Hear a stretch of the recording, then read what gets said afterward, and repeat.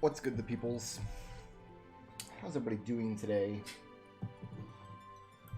Let me get my augment list open here.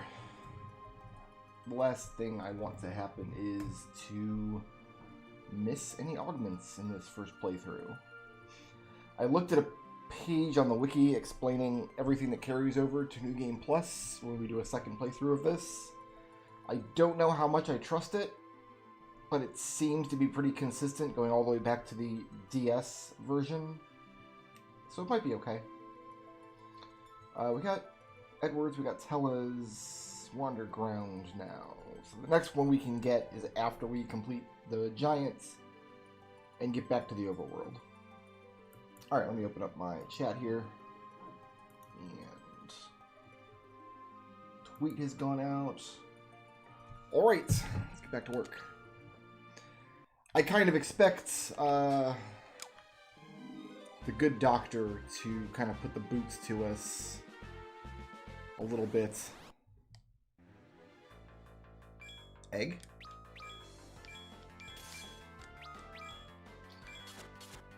So I just need to attack it twice with Yang. I can cry at it, I guess.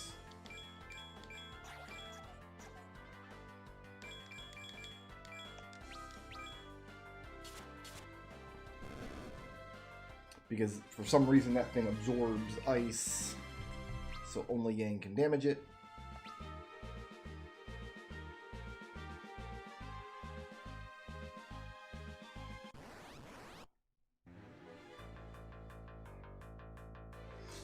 So back attacks aren't even super scary because I've got draw attacks, which is pretty nice. Cecil will need more healing during back attacks, of course.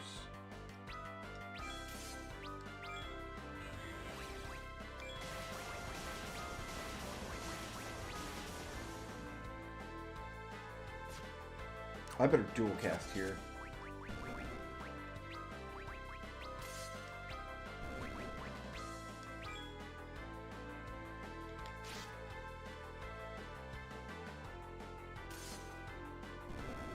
They kind of hacked him to pieces a little bit. So that is the danger of back attacks, is that Cecil gets attacked way more often. But he's got the HPs to handle it most of the time.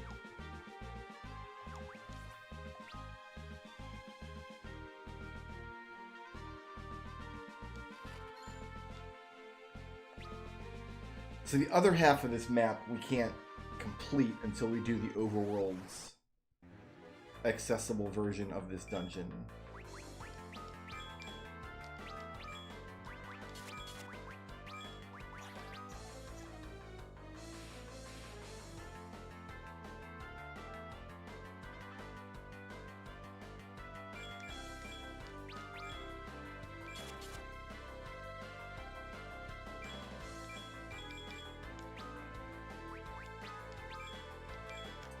Alright, my man hatched. Very good. Good job, Kane.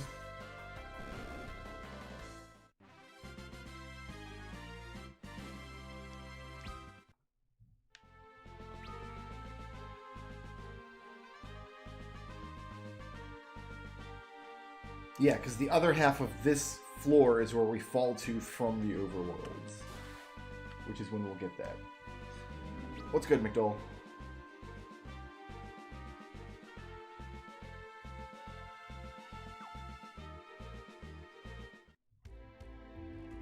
I think there's some bestiary chicanery here too with Dr. L that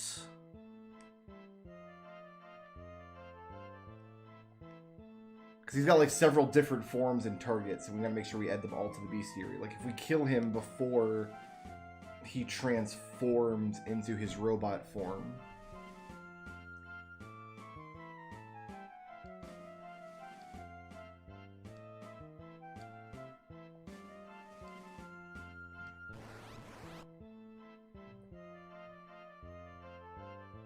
alright, Doctor.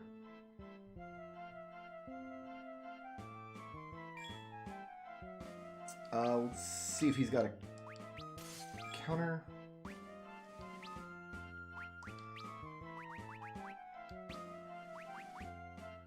Let's do protect and slow.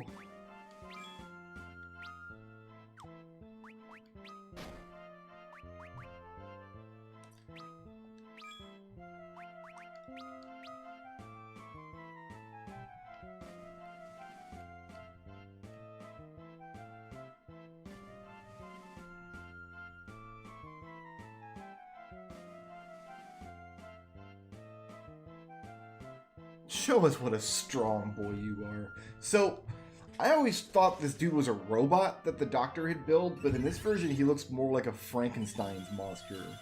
Like he's been cobbled together of corpses that the doctor found laying around the tower. With a nice close cropped haircut. We wouldn't want to be sloppy.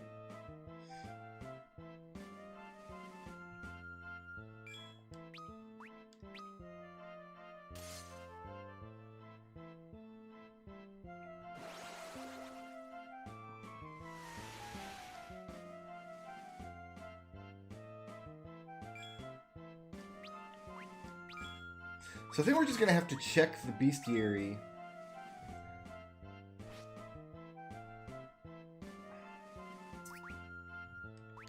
Because, I mean, I'm not really sure how this is going to go, honestly.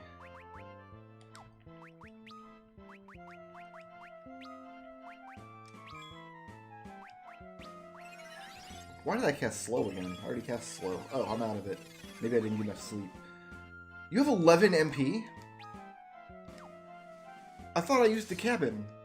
How do you have 11 MP? Maybe I didn't use a cabin last night. Okay, we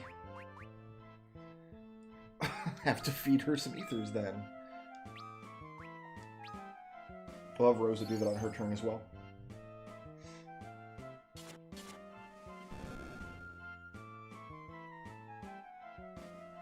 So I think we can add Barnabas and then the new Barnabas when he like comes back and operates him to the bestiary, but not the doctor. We have to actually kill the doctor to put him in. So I think that has to be done across 2 playthroughs.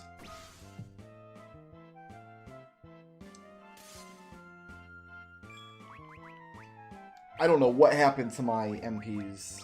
I thought I used a cottage. So I guess we'll just have her do healing. Because we do have to try to get her MP up for the next boss fight, which comes right after this one.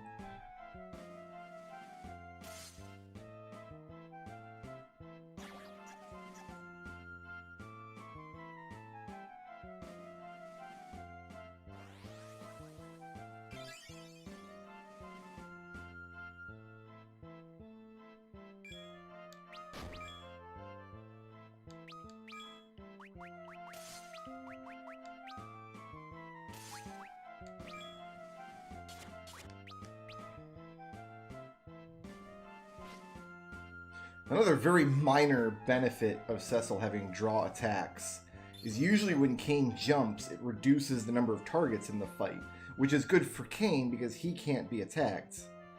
But it's bad for Rosa and Rydia, who want another heavily armed character in the fight for enemies to target. But with Cecil, that doesn't matter because nobody can attack Kane anyway.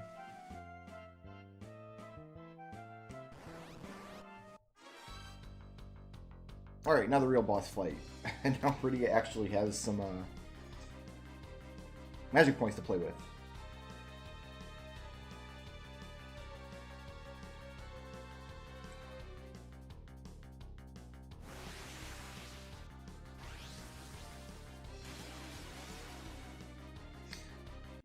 Right!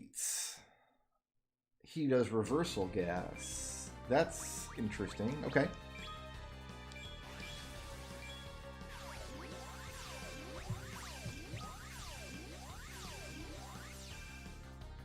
So healing damages us and damage heals us, but we can still probably slow him and shell all of us.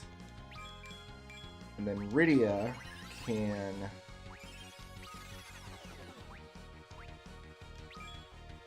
heal all of us. I don't want to throw my only X potion at him. I'll focus for when the reversal gas wears off.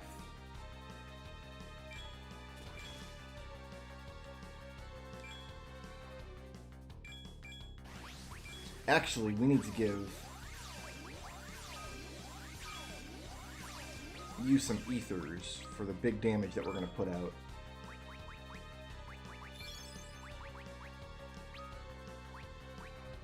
I don't have anything I can heal her with right now. In fact, will a Phoenix Down even work?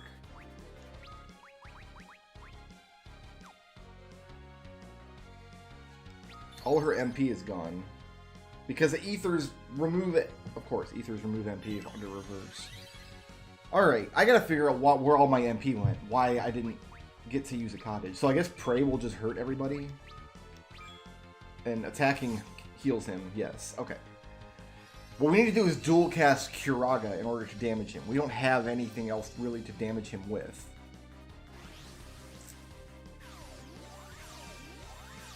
Meanwhile, Rydia is going to be healing us with second tier magic. And nobody else really has anything they can do.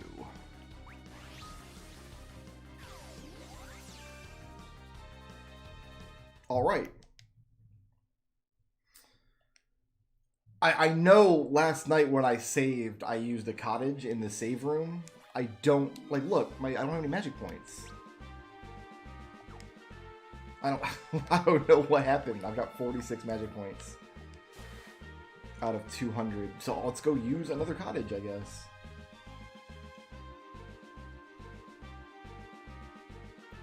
Fair enough. So dual cast Curaga is the only thing we have that can really damage him, unless I want to throw elixirs or something at him, which I don't want to do. I am also going to, excuse me, abilities, Cecil. We're going to exchange counter with his white magic so he can cast Cura. So we have two people that can damage the good doctor.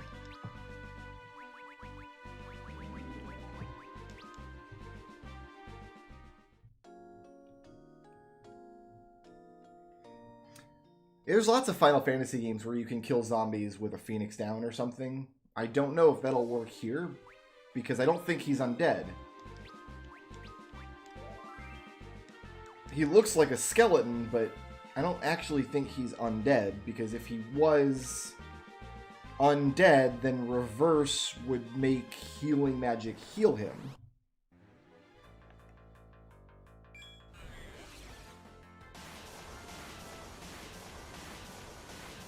I think. I'm going to run from these fights because I want to go into these battles with full magic points upstairs.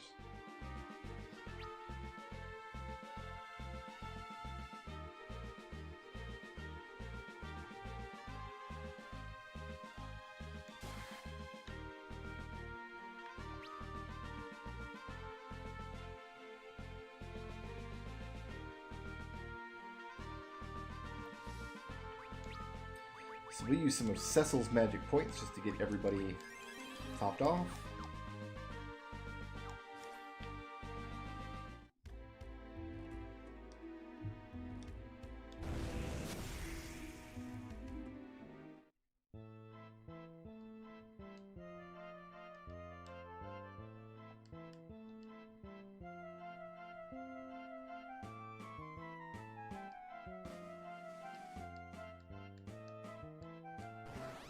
This time I'm going to try killing the doctor first and leave the big boy alive.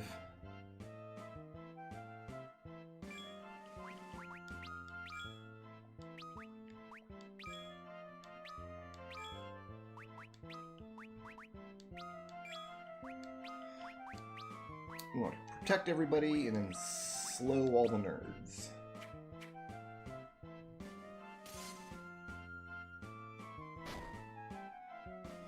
I don't think so. I think if you kill both forms before he transforms into his second form, you skip the transformation entirely. So to get all three, you probably have to do it across 2 playthroughs, is my guess. Because I think once you kill one or the other, he transforms into his second form. Which means you're missing out on one of them. But I don't know that for a fact.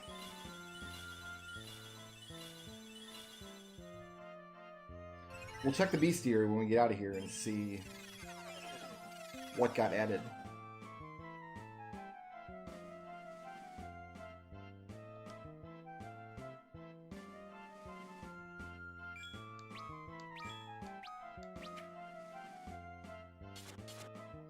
He's got some... Yeah, okay, we've killed him first. That was easy enough.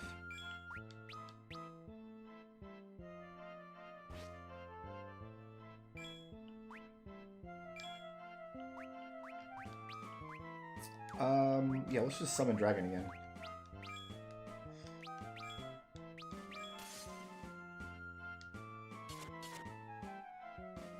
So I think in this fight you can always get 2 out of the 3 possible entries, but you can't get all 3 in the same fight. Like, we're just skipping the transformation altogether. So the next playthrough, we'll just make sure we get the transformation. And it'll be fine.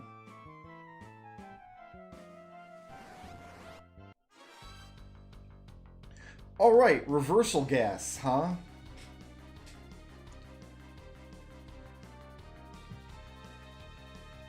I think I'm going to have Cecil shell and Rydia heal. Because Rose has got the dual casts.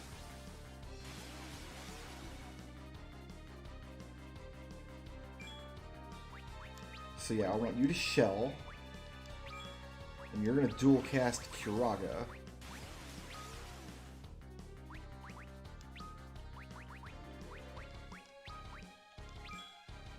I'm going to sit on your turn. I'm going to have you... Crying is not going to matter.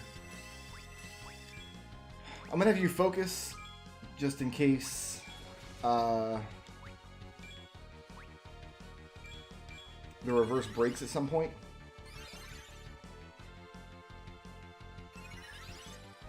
So is the reversal gas only targeting us and not him? I guess that's the case. Alright, then crying is going to matter.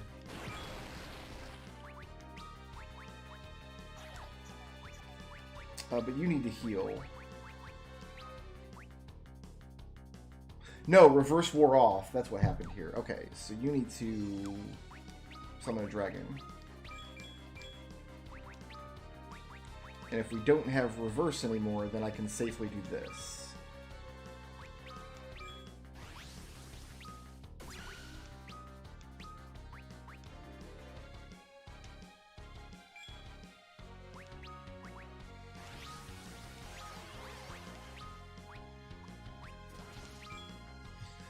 Cecil's very dead.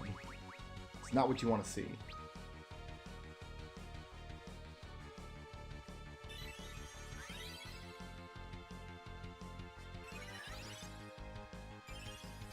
So that reverse gas didn't last very long at all. It didn't even last long enough to get big damage Kiraga off.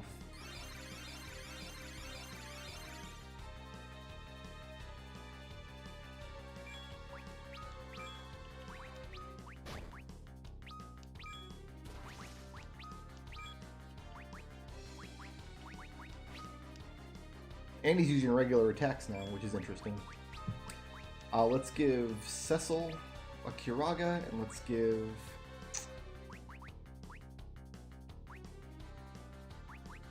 everybody a Protect.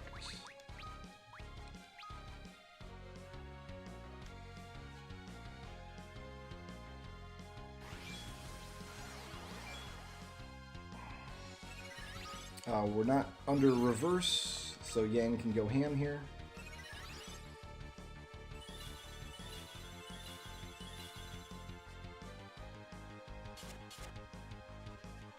That's enough damage.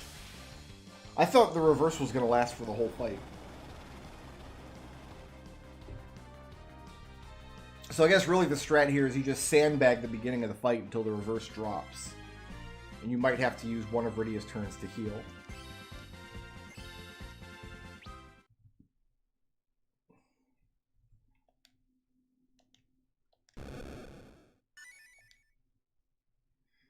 Got the Lugity key.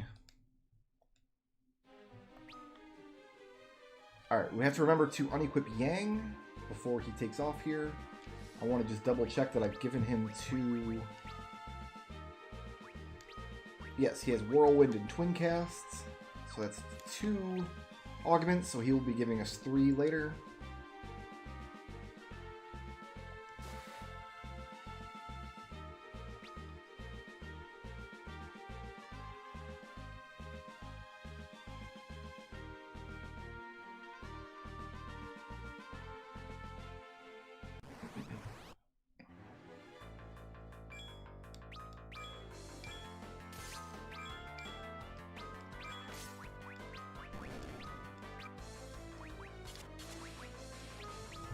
Throw a healing staff out there.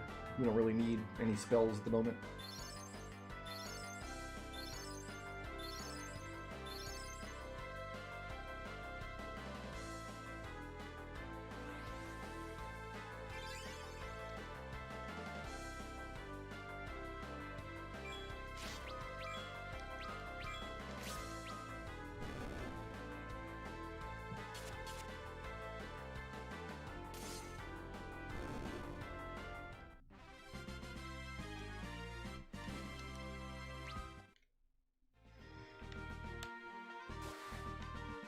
But after this scene, we'll end up back on the overworld, and we'll go check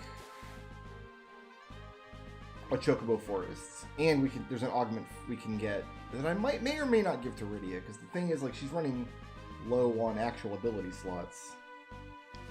Alright, let's unequip the boy.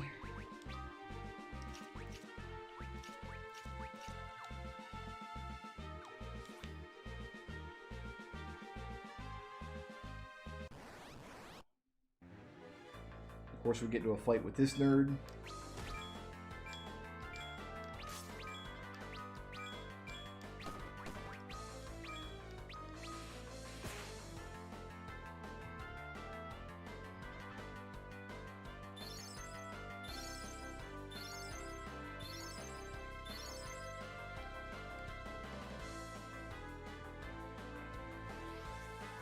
So I did put up a page.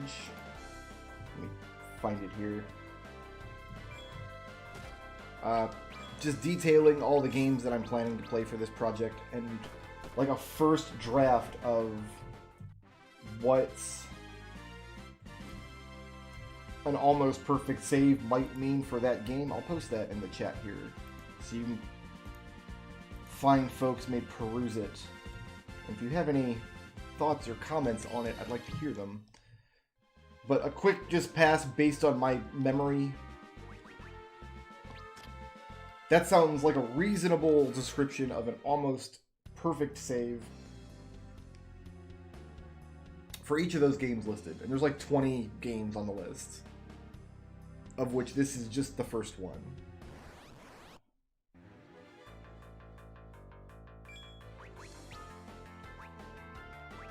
Get tightened on, nerds.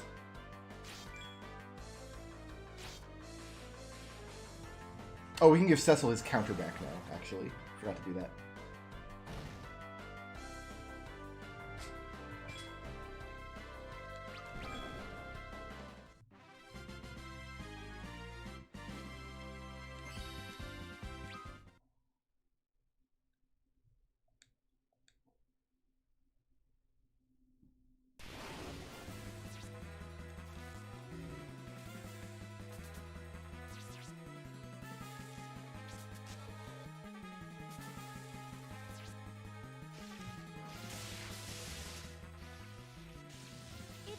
Dangerous. I will take care of things in here. The rest of you, get out. You got it, buddy. It's too late, Jan.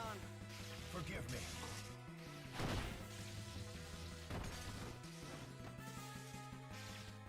Jan! That's the definition of any really hard boss fight in a JRPG, though. It's all about preparation. Like, you can't just walk into a boss fight and expect to defeat it if the boss fight is any level of challenge. Don't be a fool. Open the door. Young! Please So I'm used to that. I'm an old hat throw with your life away. Young! It's JRPGs. been an honor. My nose itches today. Open the door, Young! I'm sorry, I just can't get behind pronouncing it Yang. I just can't. I'm sorry, I just won't do it. There's lines that a man will not cross in this world. Apparently one of those lines is not wearing blue lipstick. We need to give Cecil his counter back.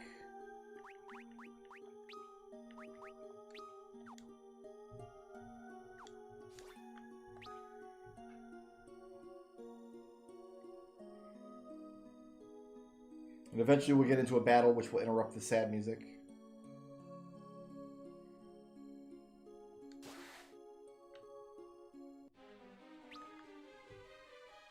Or just transition the floor, that also works.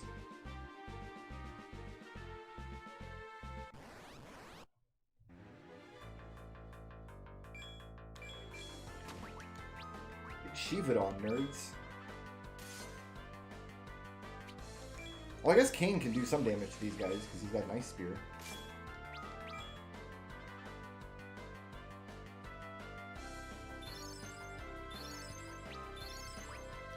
Like, especially when we get to the super bosses at the end of some of the PlayStation era games. Like, there's no reasonable way to fight the Ruby Weapon or Ozma.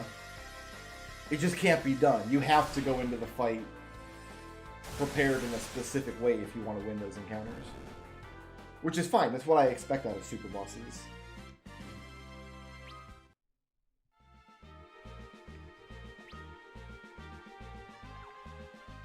Like, even the battle with Golbez, it was just a matter of knowing what strategy was going to be effective going in.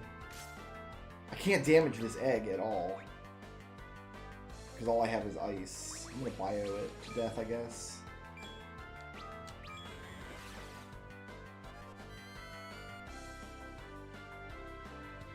We just gotta wait for it to hatch, because all we can do is heal it without swapping weapons. Like, yeah, my understanding of the Final Fantasy X super bosses is that they're particularly egregious and kind of require very specific strategies to even have a chance against them. So that's kind of what I'm expecting out of some of the bosses going forward.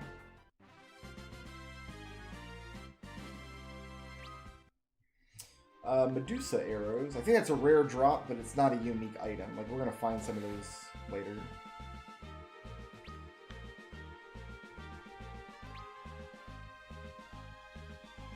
Yeah, we can just save scum a Yojimbo kill against... I think I looked it up. Like, anything in the game is vulnerable to Yojimbo. There's a boss in Final Fantasy XIII that gates off some pretty important content that I always just save scum death. It has like a 5% chance to hit or something silly. And you can save right before the roll so it's like you just roll the fight until death hits.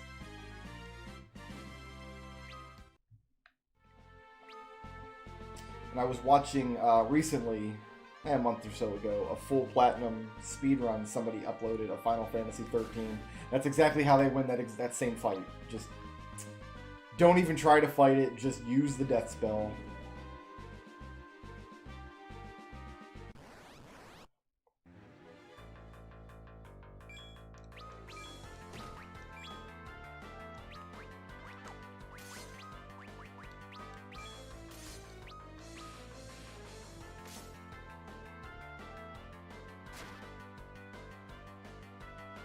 But yeah, in 13, if you, yeah, I think if you die if you wipe in 13, it just lets you retry the fight. So yeah, you don't, it still kind of saves coming, because the game sets a restore point that it bounces you back to. It doesn't feel good to do, though. Like, that, I don't like battles where that's the best strategy. I am not so manly that I will not resort to a cheap way if I don't. Are you kidding me? I don't know where you got that idea. Uh, some fights, it's the only reasonable strategy, is just keep reloading until you get a good roll. There's a boss fight in Final Fantasy III, about halfway through Final Fantasy III, that's like that. You can't win the fight unless you get a good roll on the dice, and sometimes it just doesn't go your way.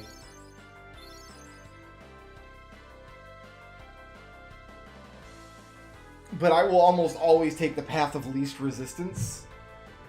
It's very rare in my experience that the path of least resistance is re-roll the fight and just keep fighting it until you get lucky.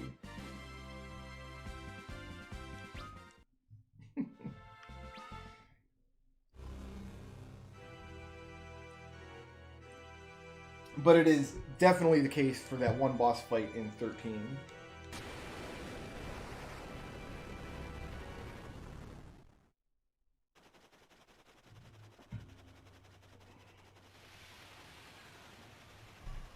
Somebody reset the fight against Cypher. That's hilarious.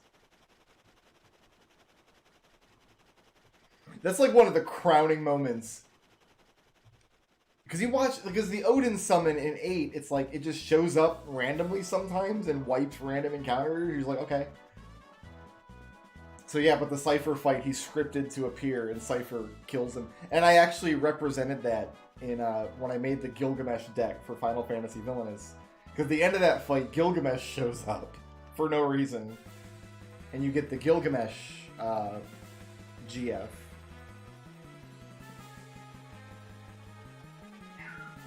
So one of the heroes in that Gilgamesh deck is Cypher from that battle. What's good, Dada? How you doing, man? Lulu's upset because she's in a cage. They're closing on us!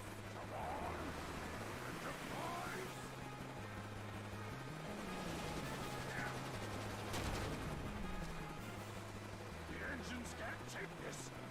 Sizzle, take over. So isn't he just kind of admitting that the engines on his like premier airship that he kept hidden from the king so the king couldn't get access to it I was hoping are worse than the Red Wings? But well, someone's got to keep young company. You get yourselves back to battle. Talk to my boys there. But Sid, you'll die! And so young, too.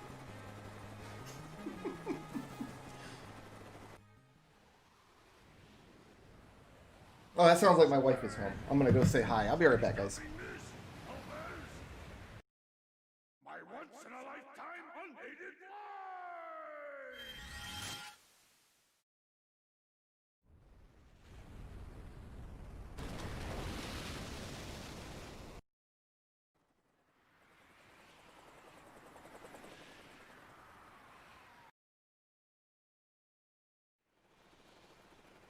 Sid.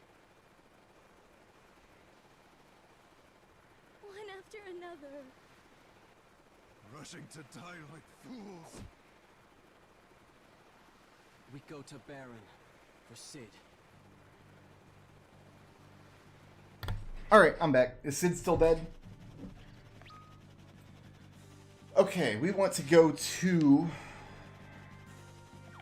Actually, there's a convenience chocobo forest right next to where we want to go.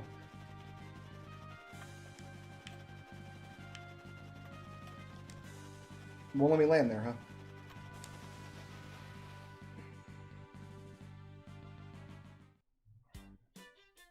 I guess this version of the game kind of spoils that Sid and Yang aren't dead because you don't get their augments there.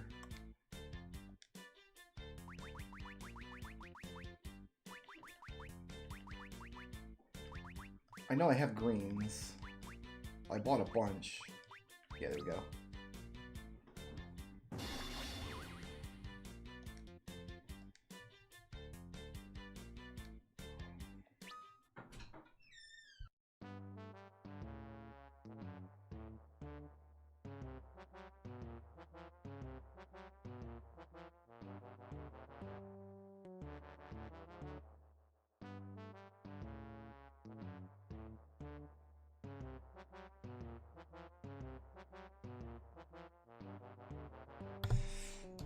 Alright, where were we? I was checking to see which of those Barnabas bosses got...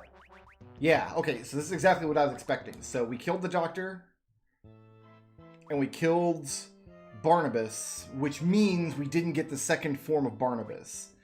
So there's 3 targets in that fight, and you can't get all 3 in the same playthrough. So in the New Game Plus, we will just kill Barnabas, which will cause the Doctor to operate him, and then we'll fill in 177 here. That's exactly what I was expecting.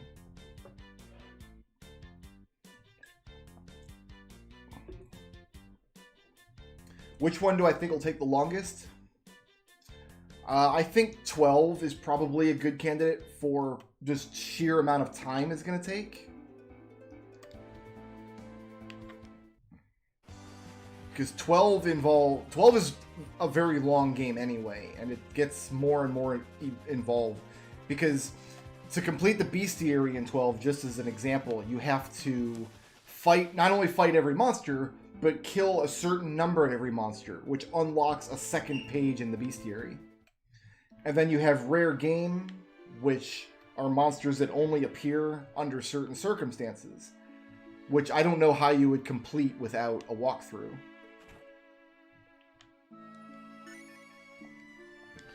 So,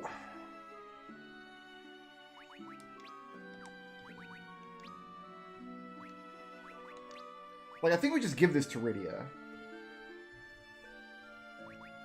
Because she's the one that runs out of MP the most. So I'm just going to go ahead and let her learn that. And then the second run through, we'll give one to Rosa, I guess.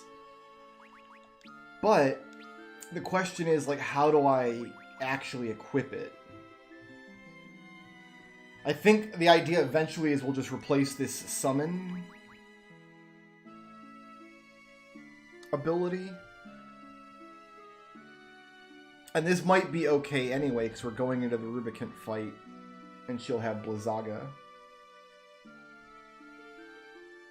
So I've done 100% Blitzball stuff before. I want to say that playthrough of Final Fantasy X took me somewhere near 100 hours. And then that was the PS2 version, so it was the one without any of like the super bosses. But in that game, after 100 hours, I had everybody's upgraded celestial weapons. I had all the Blitzball rewards. I had not completed the full sphere grid with all characters yet. So I think Final Fantasy X might take somewhere in, I don't know, the region of 200 hours. But I think 12 will take even longer.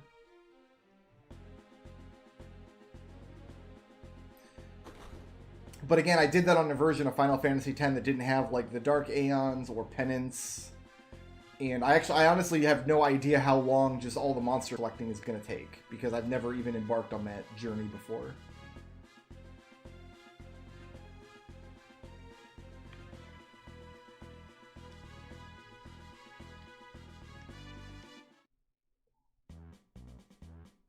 It'd actually be funny to give an MP 50% augment to Tella so he can cast Meteor on the second playthrough.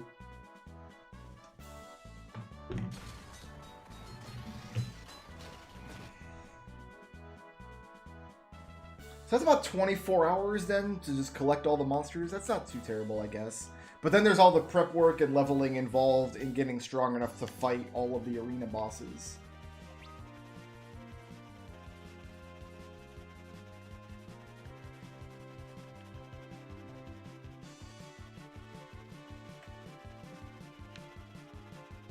But yeah, I expect Final Fantasy XII is going to... Oh, I'm going the wrong spot.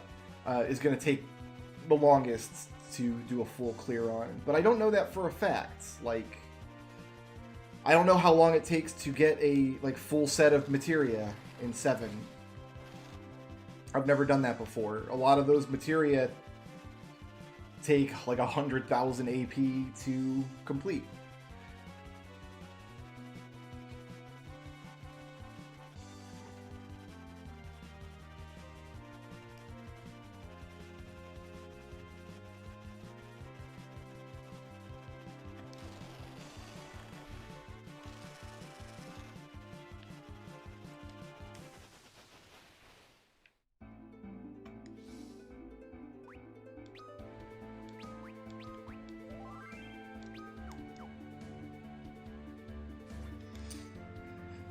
So my first thought in 7 is you want to fight the movers in the final dungeon with like triple AP weapons.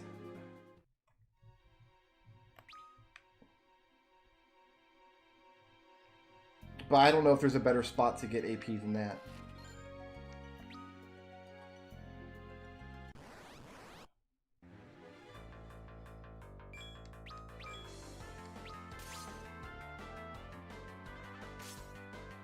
Man, remember when this encounter completely wrecked us? I did not go to an inn. So you can just hard song, please.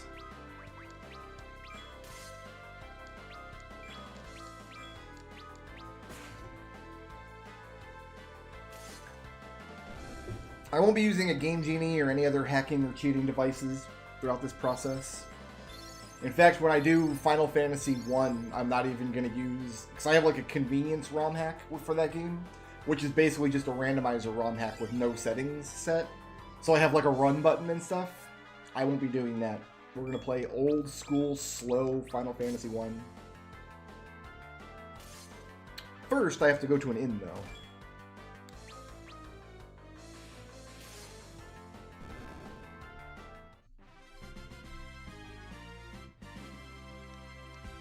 There's Giant's Gloves. That's a rare drop. I forget if it's... Hey, there's Haste March. Good stuff.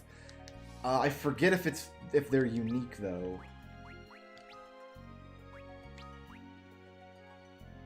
That's a big buff for strength. Why is it a strength up but not an attack up, though? Seems weird. Seems weird to me. We have to go to an inn.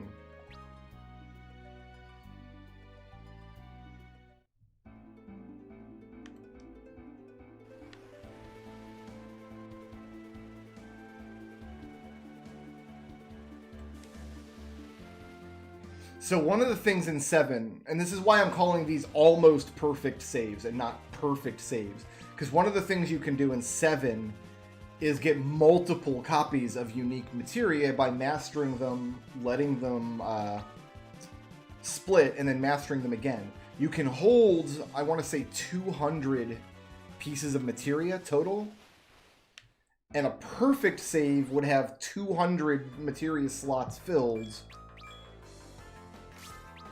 and mastered, and I'm not doing that. I will be happy with just a complete set.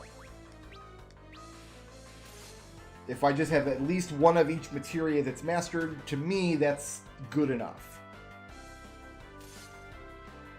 Whereas an actual perfect save, you would want to have multiple copies of every summon materia mastered and such. It's not really necessary, because even one complete set of materia, you're going to have, say, a Mastered Knights of the Round, and then 2 copies of Master Summon materia. Because you'll get 1 copy by mastering all the other summon materia, then you'll get 1 copy from defeating Ruby Weapon.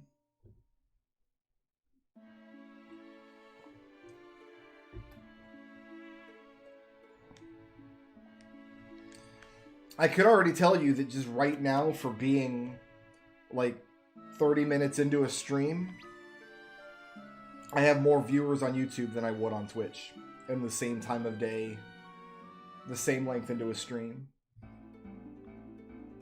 I've done Twitch streams earlier this year and last year where I was streaming to literally 2 people, and one of them was me with the preview open.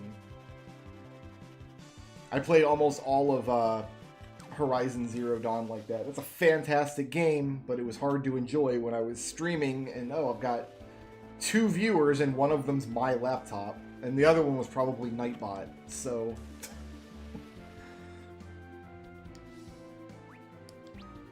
It just feels better to stream to YouTube, where I know I'm going to have a few people at least watching.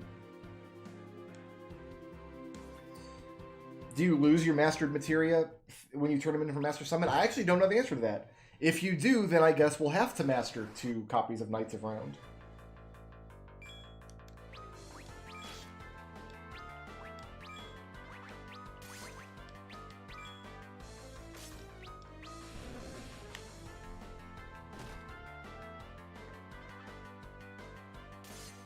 Like the highest view count I'm getting on Twitch these days is when I do D&D, and I'll rarely top 10 viewers for D&D streams. Whereas 4 or 5 years ago, I was easily streaming to 30 people just turning the stream on. 30 people showed up. And part of that, I know, is just that Twitch is just making it a lot more difficult to find small streams. I know this because I go on Twitch and look for something to watch. And it's very difficult.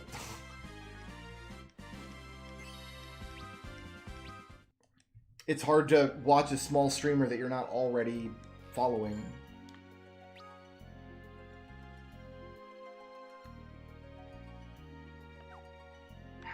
Oh, here we go. No, that's not a passage. Lulu's upset about something. Where am I going here? I'm not sure if I want the map open or closed. It's hard to navigate either way.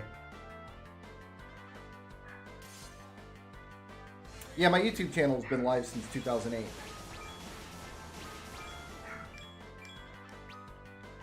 It's just a haste march.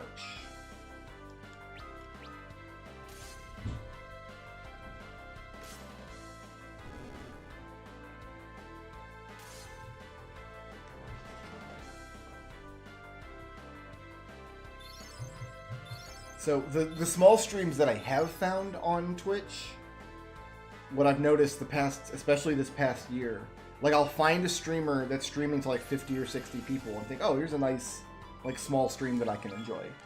But what'll happen is like a week or two after finding that stream, they'll start getting way more viewers. It's like, oh, okay, so the algorithm chose them that day to front page them or whatever, and that was enough to give them momentum to really build a larger stream. And then after 2 or 3 weeks, now it's a stream with hundreds of viewers, and the chat is toxic again. So I've actually seen that happen 2 or 3 times this past year. So that's telling me like the algorithm is showing me this small stream at like the same time it's showing everybody else. And that is how the stream, this stream is just going to win in the short term now. And then I typically quit watching the streams because a lot of small streamers, myself included, have no idea what to do with a chat that suddenly balloons to 200 people. Like that's a lot of pressure and a lot of toxicity you have to learn to deal with in a very short amount of time. I just want enough people watching that I can look over to my chat and it's not empty and people are chatting and I can chat with them. That makes me happy. That's where I want to be. And I just think I've got a better chance of being there on YouTube right now than on Twitch.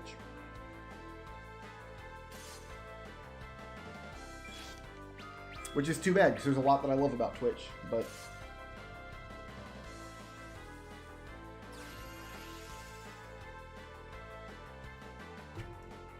actually, what I would like to do is just stream to both platforms simultaneously. Just send the stream to both platforms and give me the greatest opportunity to meet the largest possible audience on both platforms. But Twitch doesn't allow you to do that. I don't know if YouTube has a clause in their terms of service addressing that, but Twitch explicitly doesn't let you do that.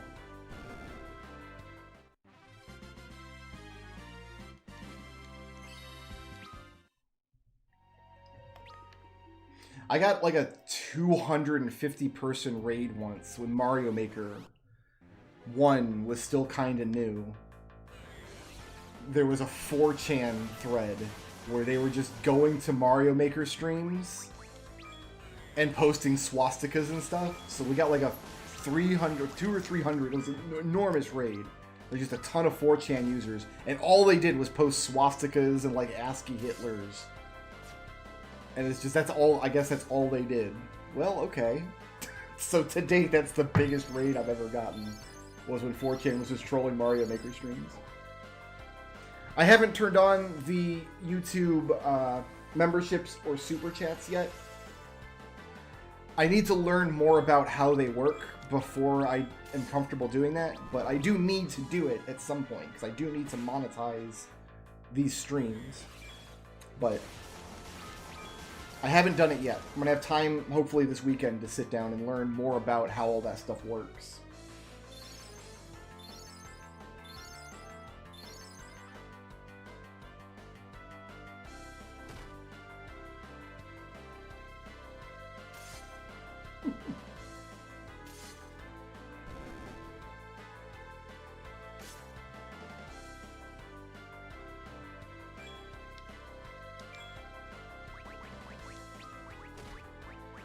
We're going to give Cecil Akira. No, we're not. We're going to win the fight. There's another pair of Giant's gloves. I thought that was a rare drop. I just got 2 of them. Well, okay, Kane can have this one.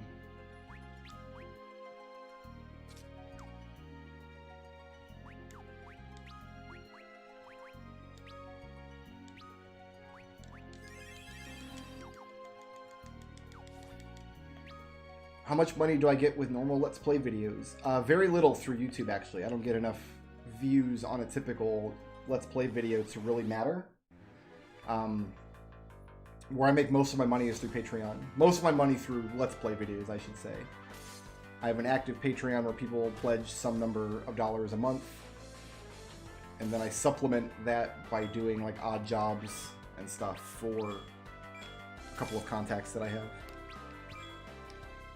I don't make a lot of money, but typically every 2 or 3 months there will be enough money in my YouTube AdSense account by running ads on YouTube videos to send me a check.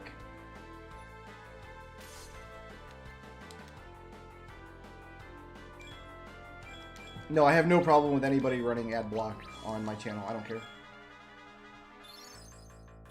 Especially on Twitch, because Twitch ads are completely abusive. YouTube ads are usually not abusive, but on Twitch they're really bad.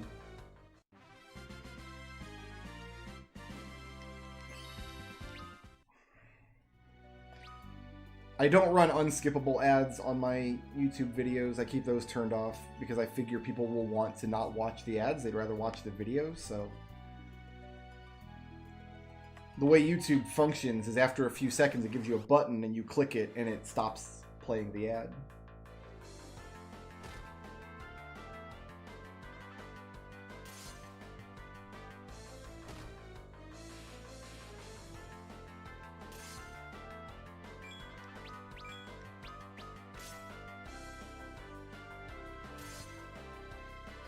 I actually have no idea what kind of ads run on my YouTube channel. I have zero idea. Didn't I earn Thundaga? Yeah, there it is. I just want a Thundaga, man, that's all.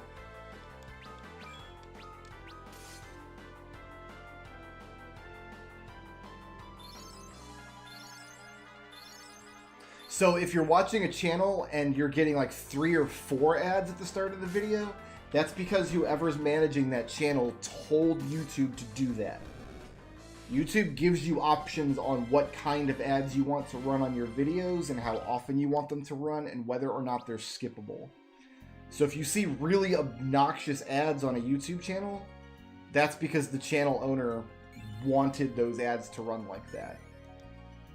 And I don't watch channels that do that. If I'm watching a video and you're running 2 unskippable ads before every video, like, I'm not watching you, son.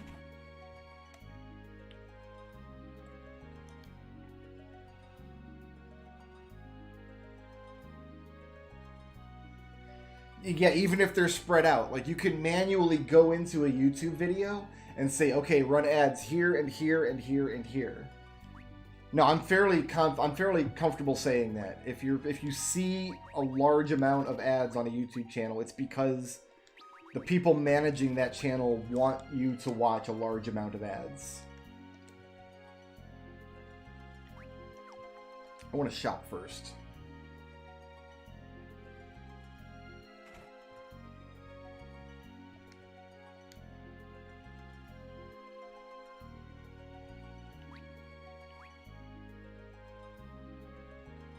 What does she have that's better than this? The Sage's Surplus? So I need one of each of these.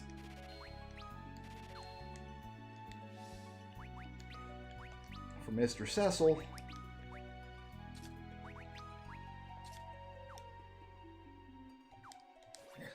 So I don't put mid-roll ads in my videos, even the really long ones. I put pre-video ads and they're skippable. That's as far as I'm willing to go advertising on my channel. I might change my mind if if I ever start cracking hundreds of thousands of views on each video and it's actually making me more money to run more ads. I might change my mind, but I don't see that happening at any point in the near future, so...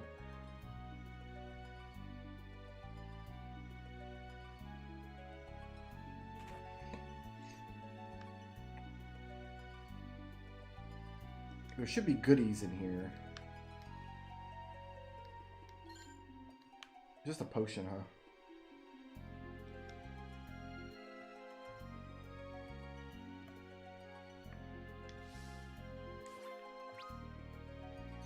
Alright, I guess there's not much else here to buy.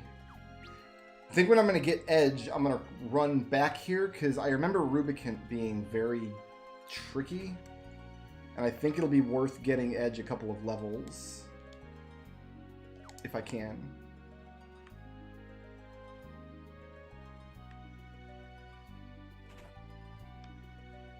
I'm also very picky about the kinds of viewers I cultivate in my chats and on my Discord. Like, I wouldn't be satisfied just getting some number of viewers if a lot of those viewers are like just low quality viewers. Like, even if I'm making more money on ads, I'd rather have viewers that are interesting to talk to and have some sense of like social decorum and aren't jerks.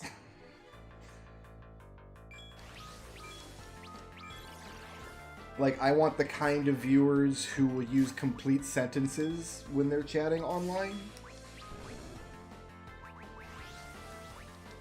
I can't quake these guys.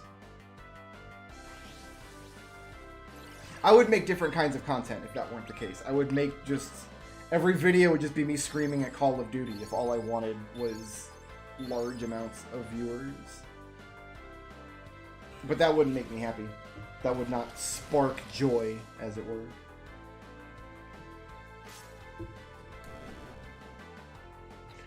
Alright, Sebastian, see you later.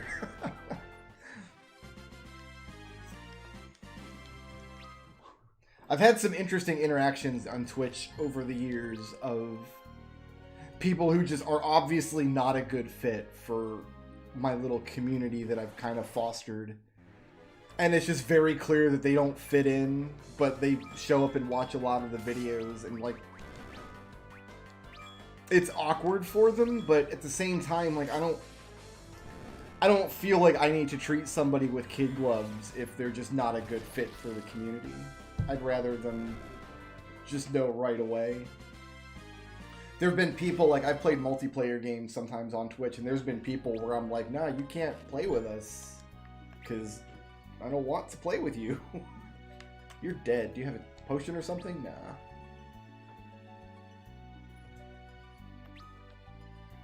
Like, even in the comments of my YouTube videos, like, I don't curate the comment sections at all, but the kind of comments that I tend to attract are more like thoughtful, engaging comments, like people sharing memories of their thoughts on whatever game I'm playing, or... And it's very rarely just people, like, posting first. Sometimes it's people finding a video that's 6 years old and yelling at me for playing a game wrong, and those always amuse me. I got a dude on some Risk of Rain videos, I don't know, a couple months ago. Many years ago, I uploaded a YouTube series where I played Risk of Rain as the loader. I did a loader run, and it was when the loader was still relatively new. And somebody, like, very recently found that series. So for a few days, every day I would log into YouTube and see I had new messages on new comments. And I'd click it, and it was the same dude yelling at me for playing loader wrong. So that was fun. It's like, well, okay, I'll delete the video. I'm sorry. I don't know what those kind of people want me to do.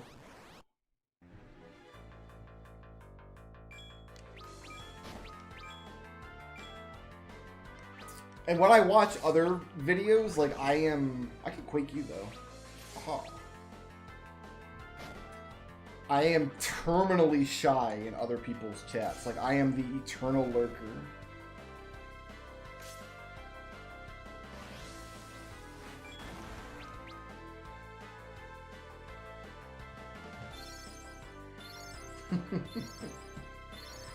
To this day, I get comments on my Shantae series from like 2008 saying, actually, Shantae has had several sequels released for the Nintendo Switch. Like, really? You're leaving me that comment in 2020? Like, I uploaded this video in the 1960s. Nixon was president when I uploaded that video.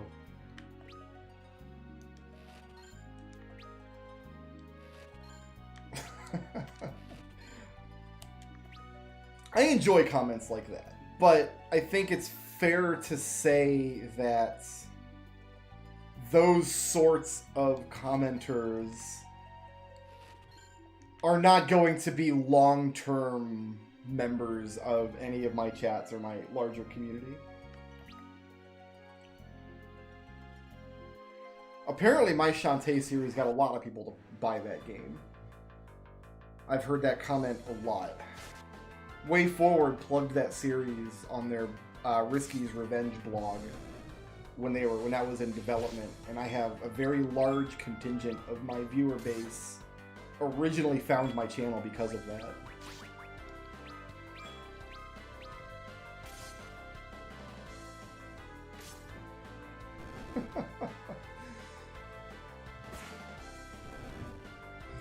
The other kind of comment I get a lot is I'll have people, like, every time a new Shantae game comes out, I get comments like, hey man, are you gonna do the new Shantae game?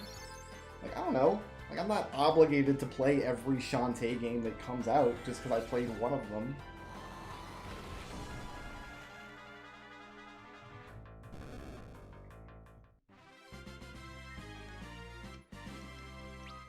I actually didn't like the newest Shantae game that much.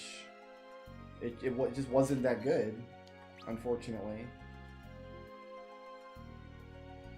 So that treasure is accessible through a secret passage coming the other direction. Alright, cool.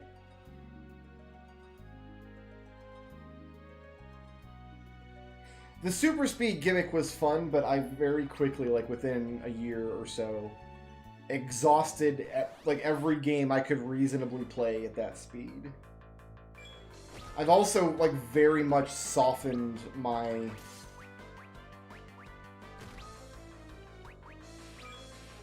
my opinions on, like, playing RPGs for the channel. I'm much more likely to play an RPG for the channel nowadays, like I'm doing right now.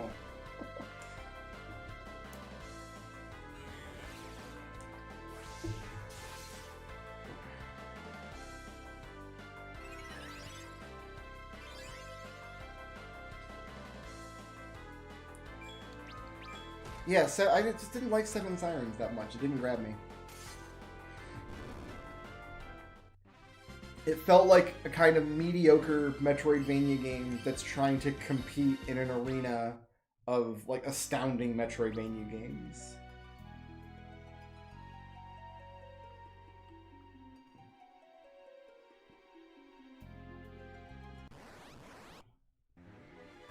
It's not terrible, but it's not as good as the previous games.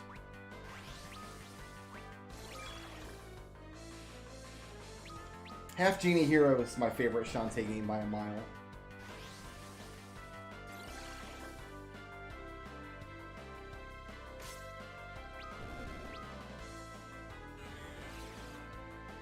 I kind of wish I still recorded videos at that resolution, because I used to record videos like of an NES game using the emulator's movie record function, which kind of by definition records the video at the native resolution.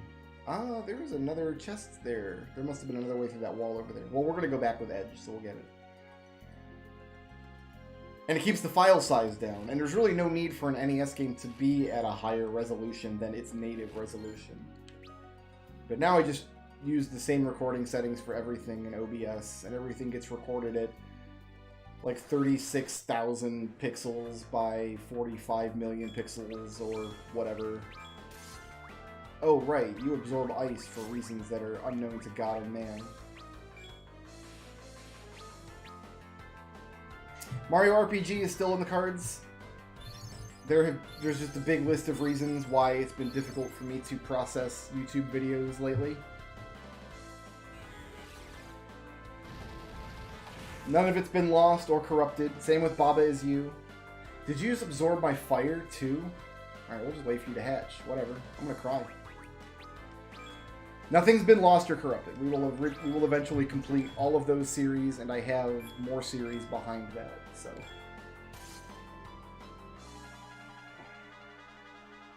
Definitely not abandoned.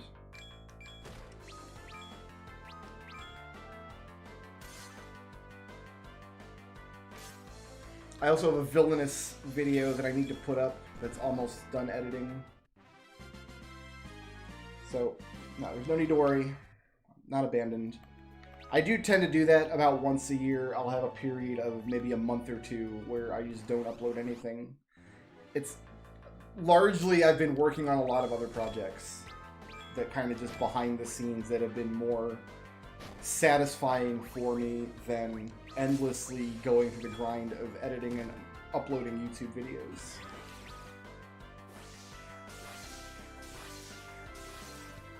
I didn't abandon Zero Mission, I compromised on Zero Mission by playing it as a Christmas video one year.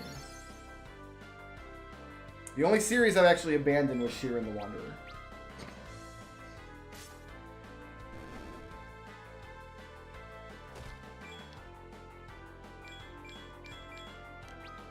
I do find that it's...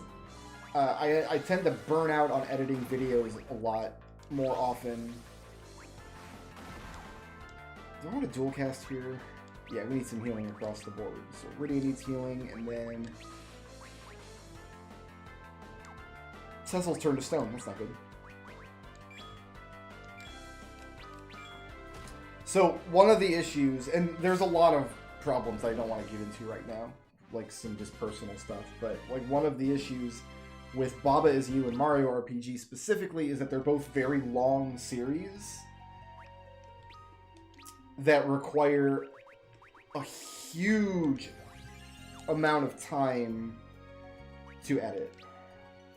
Just putting together the end screen for either of those series is a good hour or two of work for 40 videos, so it's been a lot of work, and it's not fun work, it's monotonous work. It's the kind of like your boss drops a spreadsheet on your desk and says, I need you to go through 40,000 entries manually and update something.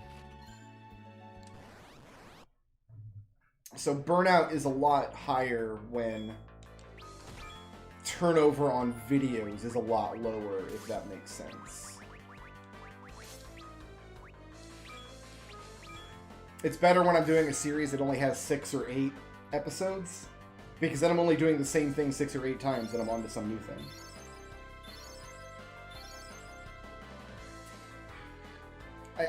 I know you're joking, Sebastian, but let me hear me out.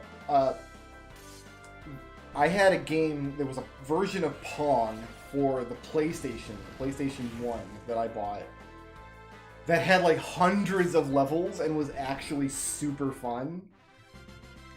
And I don't have a copy of it anymore, but I have often considered, maybe I should play that version of Pong for the channel. Why is this here?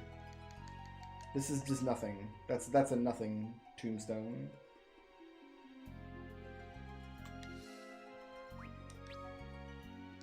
I think Atari put it out. I feel like Atari did Pong, and then they did like a version of Frogger for the PlayStation 1. That again, it like had hundreds of levels. I also want to get back at some point and continue to record Lemmings. I want to have the full Lemmings playthrough on the channel, so I have plans for what I want to do with the channel. It's just a matter of finishing up some stuff that I'm doing on the side and getting back to the grind, as it were. I was too old when the PS2 came out to be in like the target demographic for stuff like Jak and Daxter, Spear of the Dragon kind of games, Ratchet and Clank. Like I had already aged out of those kind of properties at the time. So I was playing at the time like Final Fantasy X and Metal Gear Solid and Ico, those kind of games early on in the PlayStation 1. So I don't really have much of an opinion on them either way.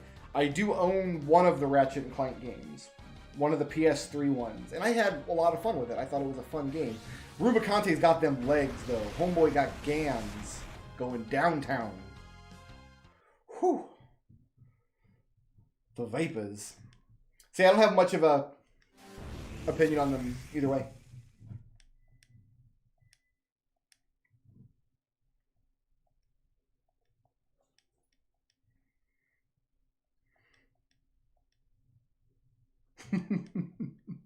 The Guacamelee falling video.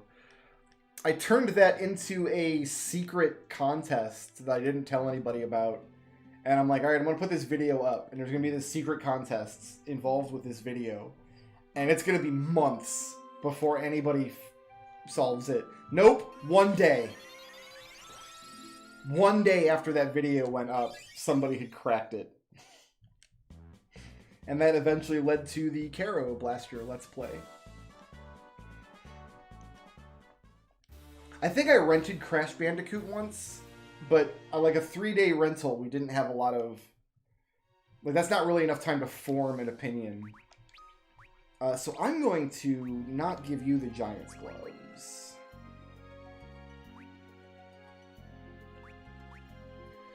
Actually, Power Armlet might be better for Edge, because it's got the extra, like a lot of extra evasion and some magic defense. You know, yeah, we're going to do Power Armlet for Edge.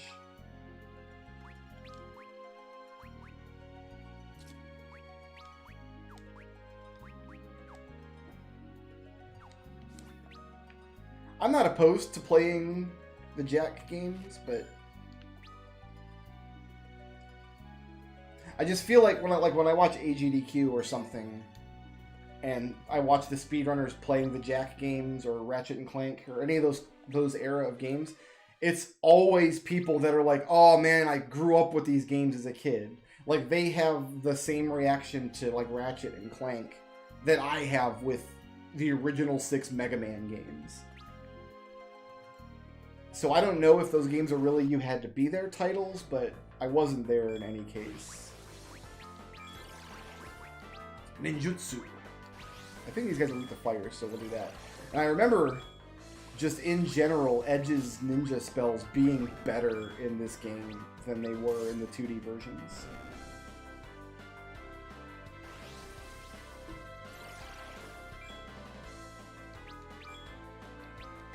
"3D platformers in general, I usually think are more janky than enjoyable.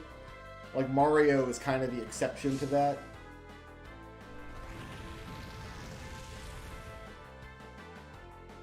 I don't know, I like the Hat in Time a lot.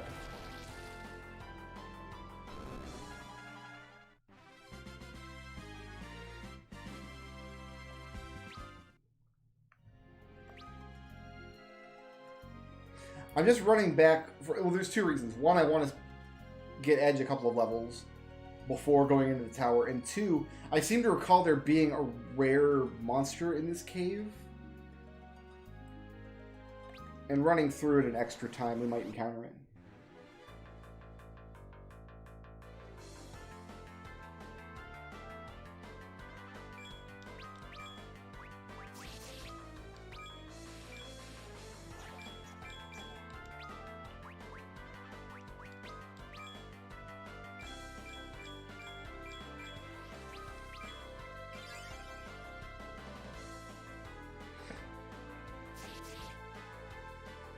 I played Donkey Kong 64. I guess that's kind of in that same vein.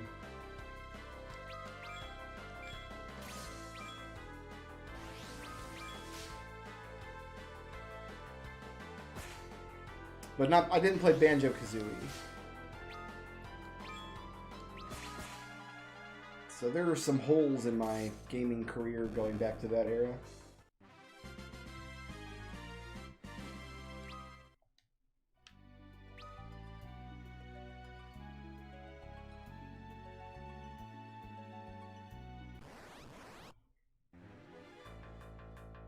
Surprised by an egg.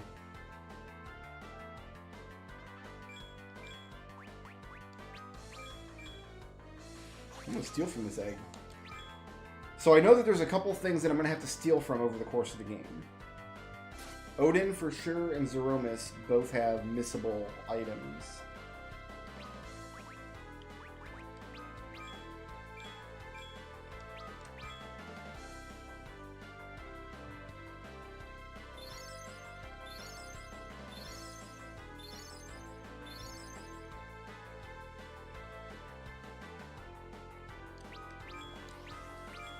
I guess you'd call Beyond Good and Evil. You could call that a 3D platformer, right? I guess it's more combat focused than most of the other platformers, but I did play that game extensively. Still waiting for that sequel.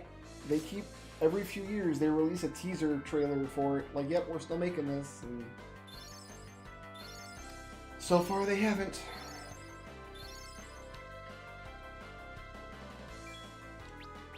The best fast food sandwiches you can get, by my estimation, are at Wawa. If you have a Wawa nearby, their sandwiches are usually pretty good. If you don't, probably the best place you can get a good sandwich is to find a good like mom and pop pizza place in your area.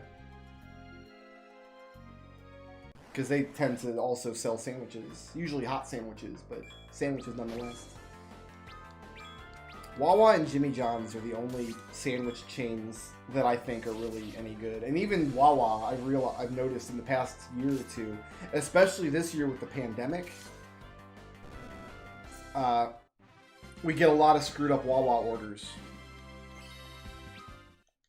Because I guess it might be because we're not in there ordering the food ourselves. Like, we have to rely on the DoorDash guy to get the order right, and he pushes the wrong button or something. I'm assuming that's what happens, but we are getting a lot of screwed up Wawa orders. I mean, you could go to Quiznos. I mean, if, like, somebody dared you, I guess you could go to Quiznos.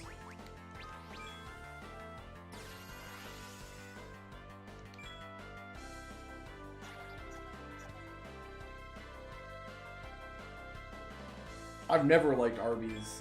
I've always found Arby's disgusting.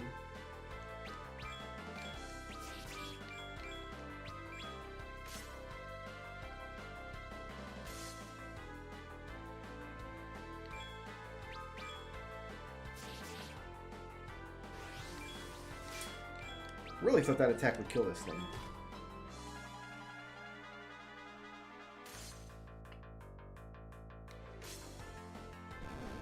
I'm pretty picky with fast food, actually. I'd say there's more fast food places that I dislike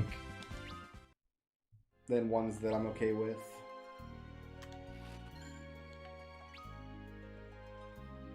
But Wawa and Jimmy John's are the sandwich places that are good. And Wawa is not even like a sandwich restaurant. It's a gas station. It's a gas station that has a deli counter. And they do coffee and stuff.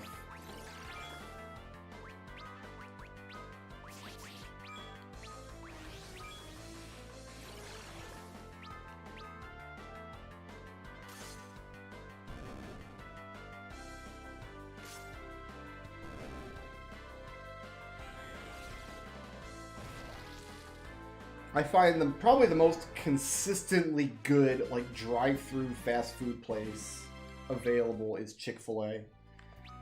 I don't think I've ever gotten a bad meal. You know, you go to a fast food place and sometimes you get, like, their last scoop of fries before they put on the new fries. Like, just 1 out of 5 times you go to McDonald's and, like, you get the crappiest burger you've ever seen. I've never had that experience at a Chick-fil-A. I think that their food quality assurance is probably, their standards are just higher than like a Burger King or something.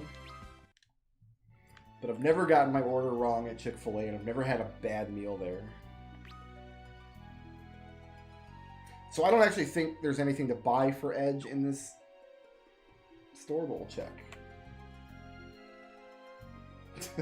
We don't even have Carl Jr.'s in my area. It's not a thing we have. Yeah, he already comes with 2 kunai, and boomerangs are if you want to put them in the back row, and I don't. We had a Whataburger for a while, and I just wasn't impressed with it. We hit up the Whataburger once or twice, and I just wasn't really into it.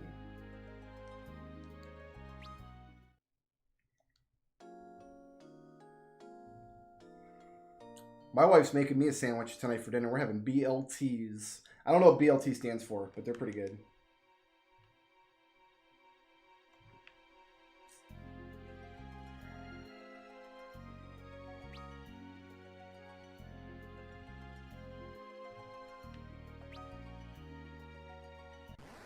I have never had a good experience going to... Yeah, these bats. This is the fight I was thinking about.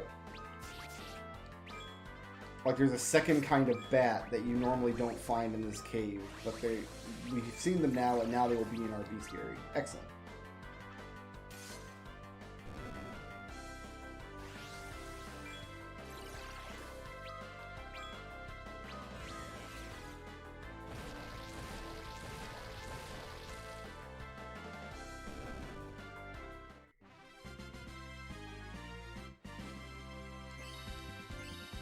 Yeah, see, Edge is like 10 levels lower than everybody else. It's insane.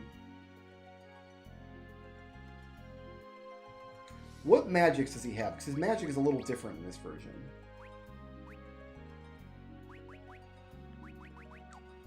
Okay, so he's got his image spell.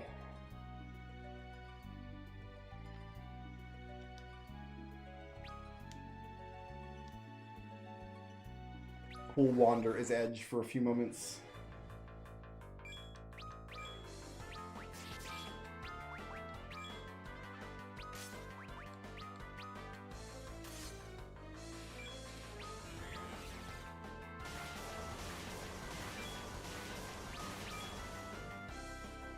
I have noticed that McDonald's is more consistent now in their food than they used to be.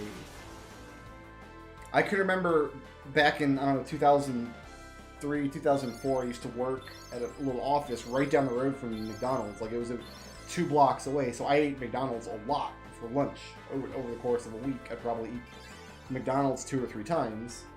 And the consistency was all over the place. Whereas now, we probably only eat McDonald's once a month or so. But when we get it, I don't think I can remember last time I had just bad McDonald's food. Yeah, I feel like their consistency is better nowadays than it used to be. I think it's because there's a higher expectation of quality now than there was like 20 years ago. Like, there used to be this attitude of, well, it's fast food. How good can you really expect it to be, you know? Whereas now, like, our generation of consumers, like, we kind of expect everything to be of pretty good quality. Or we'll go on social media and say bad things about you. That said, Wendy's is still hot garbage.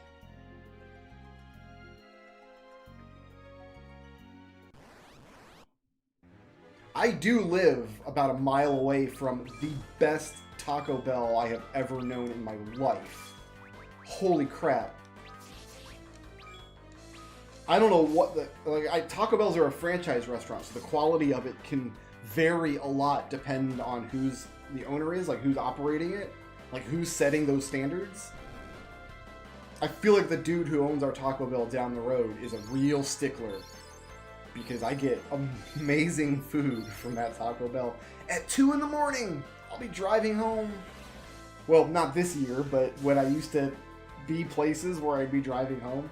But like driving home from D&D or something, 2 a.m., swing by, get 5 crunchy tacos, and they're all great. All 5 of them. They don't fall apart. You don't open one up and there's like no cheese in it. Like, They're doing good work over there, and I commend them.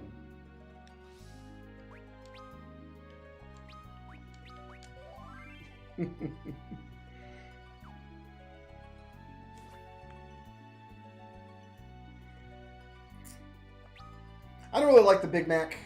I get the double cheeseburger, 6-piece nugs, medium fry. That's my McDonald's meal. That's why I got this gut down here. That's why I got the Buddha belly.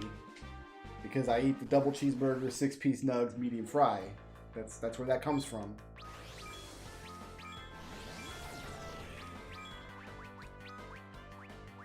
We're going to be seeing a lot of Quake, I think.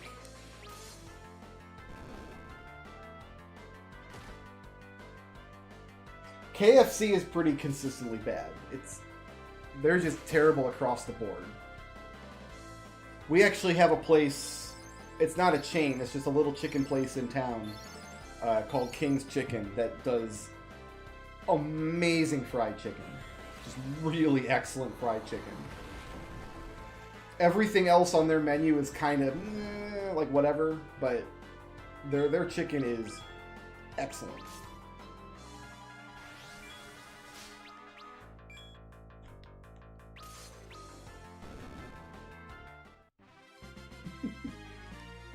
In fact, I think I told the story about King's Chicken. It's the only fun racist story I have. Because it's in a black neighborhood. And from the King's Chicken, like down the street, you can see like 6 other chicken places. You can see the KFC and the Popeyes. But they have the best chicken. But they don't have a drive-thru. And it's just like this tiny little shack of a place. And they don't have a drive-thru. You got to go in and place your order and then sit down for 7 or 8 minutes while they cook it or put it together or whatever. So if you go in there at like between 5 and 6 p.m., the place is usually packed, all with people, just tired people just waiting for their orders. And that's what I was doing one night. It was a Sunday night. I had finished running D&D, and I went up to the King's Chicken to pick up some dinner. And for the first time ever, the entire place, it was all pasty white people like me. Where usually it's all kinds of people. But on this day, for whatever reason, it was like me or whiter in there. And then the dude comes in, this bald black dude, and he's super jazzed to be getting dinner. He's the happiest person in there by far. And he comes up to the counter, and he orders his food, and they put his meal in, and then he kind of like looks around and sees that he's the only black person in the restaurant, and he turns back to the person at the counter, and he goes, "Y'all chicken's so good it brings the white folks out." And we all shared an awkward laugh. But he wasn't lying. The chicken really did bring all the white folks out that day.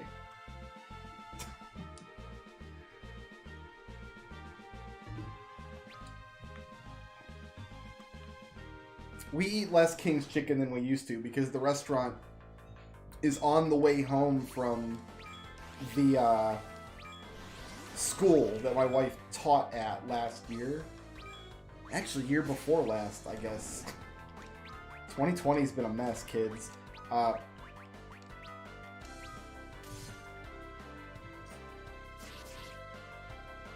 So she used to pick it up on her way home from work. Semi-often. Whereas now, like, we'd have to DoorDash it. But yeah, the place is always packed. Like, there's always people in it. It's just really, really good chicken.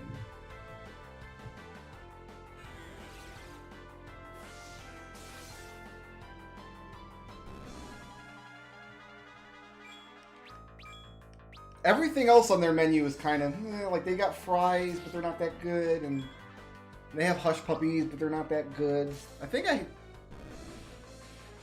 No, their rice is okay. They do a side of rice that's pretty good.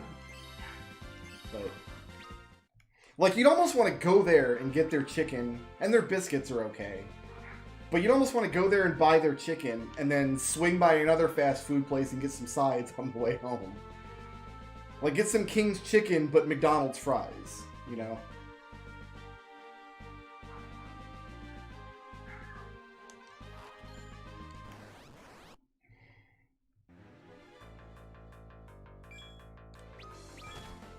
Do you have break? You do. You just got it.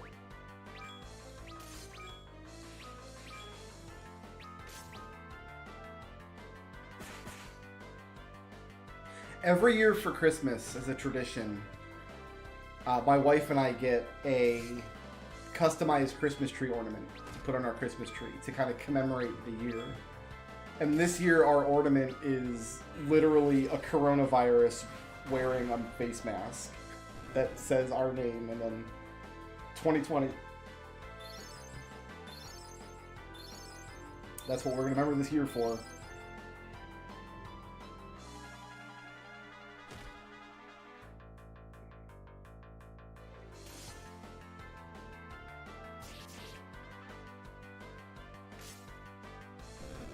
I've been surprised. Some of the places we've DoorDashed, usually the food's still in good condition when it gets home.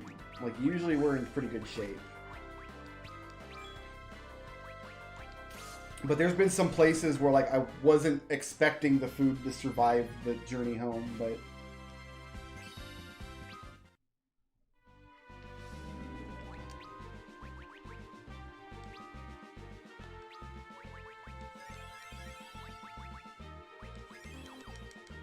So the big news story right now, where I live in Florida, and our governor, his name is Ron DeSantis, and he is a human monster. I have no appreciation for him as a human being or as a man of government. So back in, I want to say May, relatively early on in the pandemic, we had a dashboard, an online dashboard we could check that showed county by county new COVID cases in every county in Florida. This is how many people have it today. This is how many people among those are residents. This is how many hospitalizations. This is how many deaths. So we had that information available to us. The woman who was running the website was a government employee, and Ron DeSantis had her fired because she would not doctor the numbers. Like, apparently his administration wanted her to be less transparent with the data to make Florida look better than it was on the national stage. At the time, Florida had, like, more new cases a day per capita than any other state. Like, we were doing worse than basically everybody else. And Ron DeSantis' office did not want anybody to know that. So she refused to do that. She insisted she was going to be transparent with the data, and he fired her. So he continued doing this work on her own, outside of an official government capacity. And so just the other day, Ron DeSantis had her house raided, and all of her computers and all of her technology confiscated. And apparently, like, SWAT was there, and they went in with guns. Like, they had a legal warrant to search for things. Like, it wasn't an illegal search and seizure, but, like, it was done with gun violence, and apparently her only crime was accessing an email account that they didn't change the password on after they fired her. And so I cannot wait to vote this guy out. That's the big COVID news story right now. I see it has got some national traction. I've seen it in a couple places, but man, it's pretty messed up. It's what we're dealing with here. We have no restrictions or anything in place as far as COVID. There's no mask mandate. There never has been. I mean, we're worse off now than we were over the summer, but over the summer, like, I thought it was unconscionable to not have a mask mandate. At the very least, if we're going to open up the state and all the beaches and Disneyland and everything else, like, at least have a mask mandate in place. And we didn't. So I wrote a letter to Ron DeSantis' office back in July. Around 4th of July, because that's when he said he's opening up all the beaches and everything. And this is the first time I had ever written to a a politician who was in office that and didn't get a reply ever, like not even a form reply, not even oh yeah, we got your letter, we're taking this seriously, like nothing, just completely ghosted. I mean, I've written senators in the past, I've written governors in the past on issues. I'm not a political person by nature, but I'm used to like getting some sort of reply from my representative, and Ron DeSantis' office just nothing. Absolutely nothing. We've already got Kiraja. That's awesome.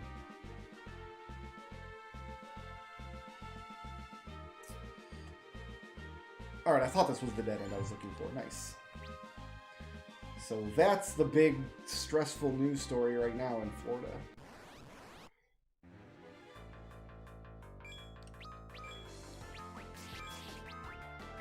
And so just all year this is the stressor in my life, has been dealing with not just COVID, but dealing with my governor's insistence on handling the issue in just the worst way imaginable.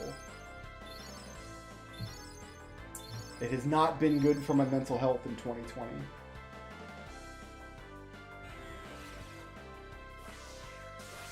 Yeah, my mother just had to travel to Ohio over the weekend because my grandmother just died of COVID.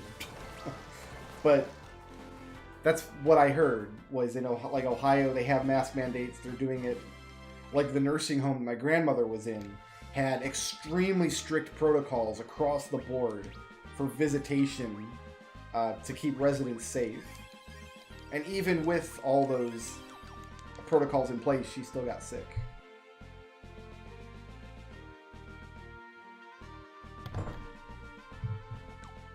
I'm going to find a save point up here. I think there's 2 in this dungeon. And then I'm going to take a 10-minute break while I shove a sandwich into my face. Because my BLT is done. And I'm going to go get me some. And I think there's a save point right up here.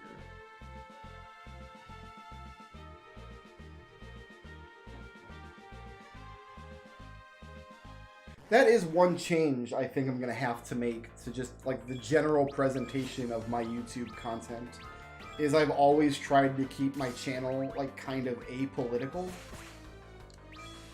But after this year, I feel very strongly like that might be irresponsible of me. Like, if I have strong opinions, I should present them to people, as long as I do it in a civil way. Like, if I have people who are listening to what I say, I should say something that's important once in a while, instead of just trying to be a place where people like escape things that are important, which was my opinion for the past 12 years or so. So I think I'm going to try to find a balance where I can do that without becoming just like a complete reactionary dick.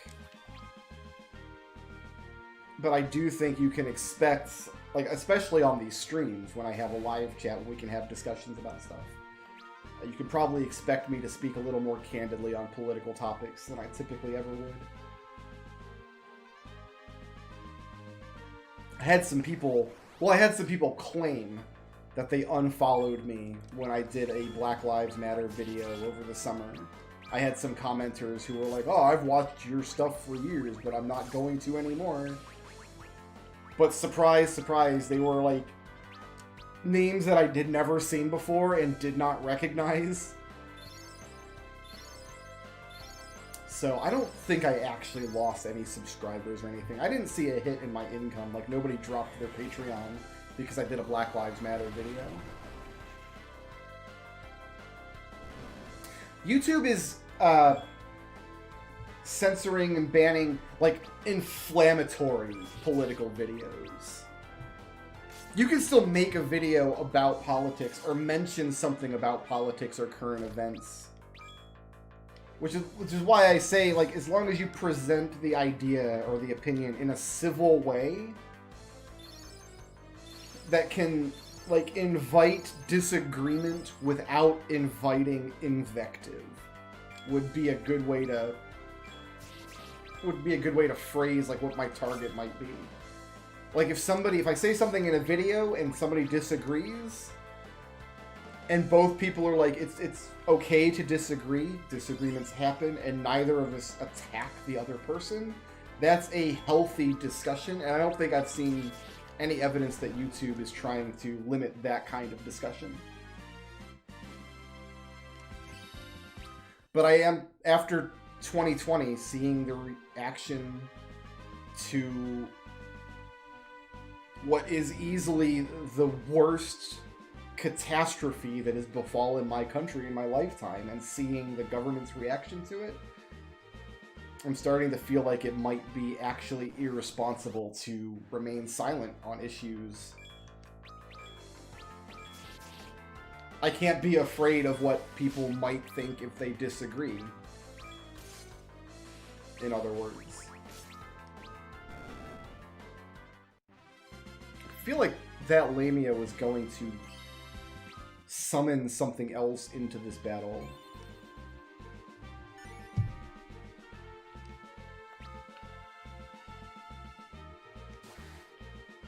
But the other thing that I would not want to happen is I wouldn't want my channel to ever turn into just an echo chamber.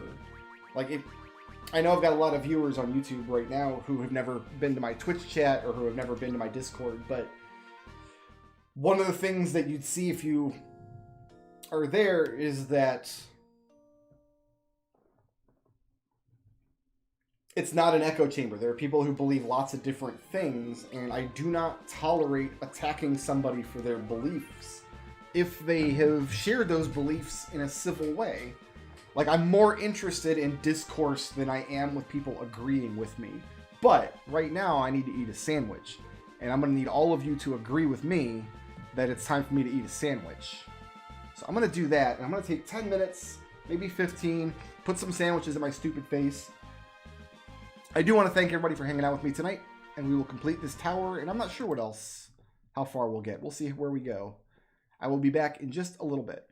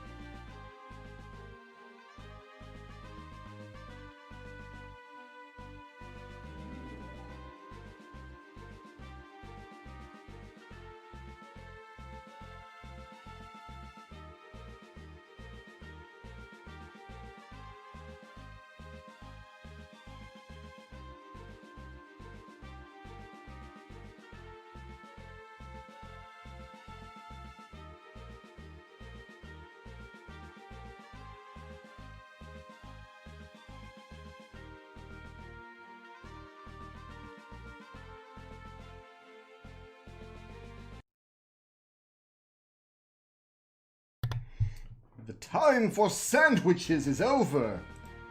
The time for Final Fantasy IV is now. Alright, where were we? We were going to get curb stomped by Rubicante.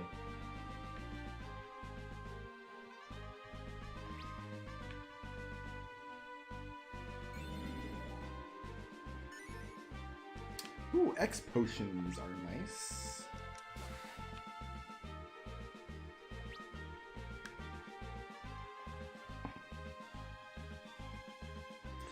I'm gonna finish the map and finish looting and then go save again, because I don't have to. There's a continue option. Okay, I don't really have to run back and save this progress.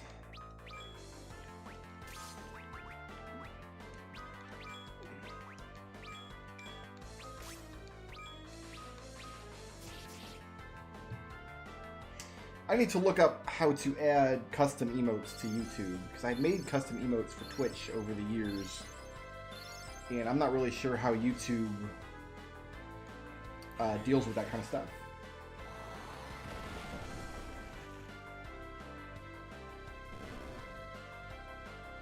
If anybody knows the answer to that question, feel free to enlighten me, please. It might make my workload a little easier. Because I do need to go through and set up YouTube memberships. So that's a thing. It works just like a Twitch subscription, where if you like my channel, you can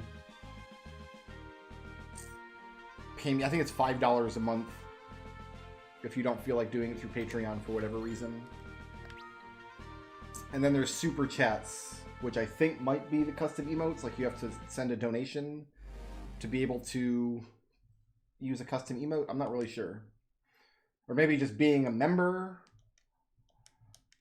lets you use them, but I see the little interface here has like custom emotes set up in front of me. So obviously it's something you can do. I don't have to do anything in this fight, actually. I'm going to try to steal. I doubt they have anything, but we can't actually beat these monsters anyway. I'm going to cry at them. These enemies aren't going to have any items. We just have to not die, basically.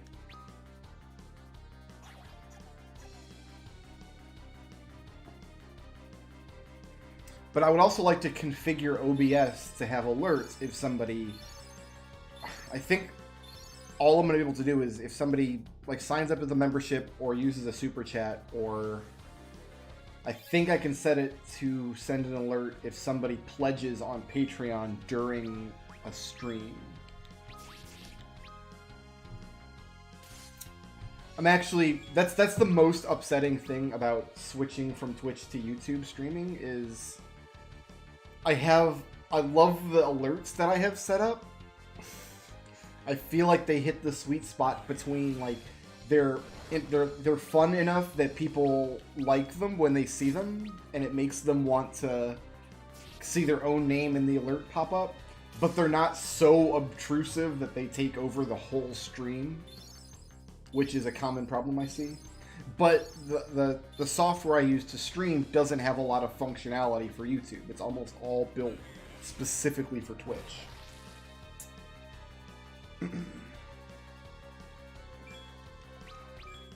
So I do have to turn on more monetization options, but I want to really understand what they all mean. I don't want to just turn them on. But what I might do, because Twitch has a system where you can like earn stream points. Like every hour you watch a stream, you get like 10 stream points, and if you're a subscriber, you get 20 stream points or whatever. And then you can spend those stream points on like little interactions. And I had it set up to where like you can spend stream points to like make me solve a Rubik's Cube on stream. It might be something I can do with super chats though, like make a super chat emote or something where you pay a little bit in bits and then I have to solve or mix up a Rubik's Cube.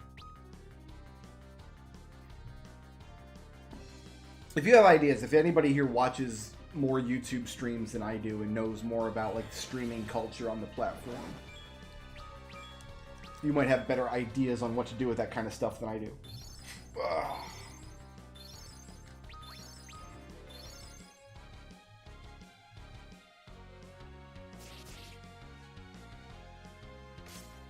I don't even know if we have good sales figures for a lot of those old games. I'm not sure if that's information we actually have. I know that when Secret of Evermore came out, there was a kind of stigma against it because it was developed by Americans rather than Japanese developers. So I do recall, like, in the early days of the internet, there was, like, stigma against Secret of Evermore when compared to... Like, the thing that everybody said is, we got Secret of Evermore instead of Seiken Densetsu 3. Which isn't remotely true, by the way. Like, the reason we didn't get what is now called Trials of Mana, it has nothing to do with Secret of Evermore. But people thought, like, oh, they thought stupid Americans couldn't handle Seiken Densetsu 3, so they released Secret of Evermore. And by the way, not for nothing, but I played Trials of Mana this year. I bought the Mana collection for the Switch, so I played the old school Trials of Mana, and it sucks! It's not a good game! It's, like, super janky, and it has all these loading issues, and the maps are super boring and, like, really confusing, and the battles aren't fun. Like, the game just sucks! I didn't enjoy it at all.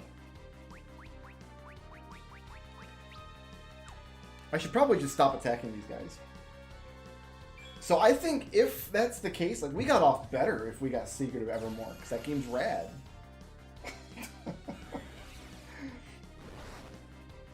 No, I don't think we'll ever see anything done with Secret of Evermore ever again. I think it's a forgotten game.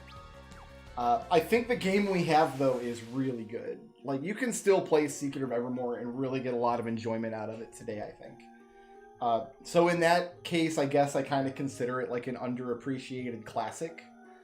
But no, I don't think there's any interest in revisiting Secret of Evermore.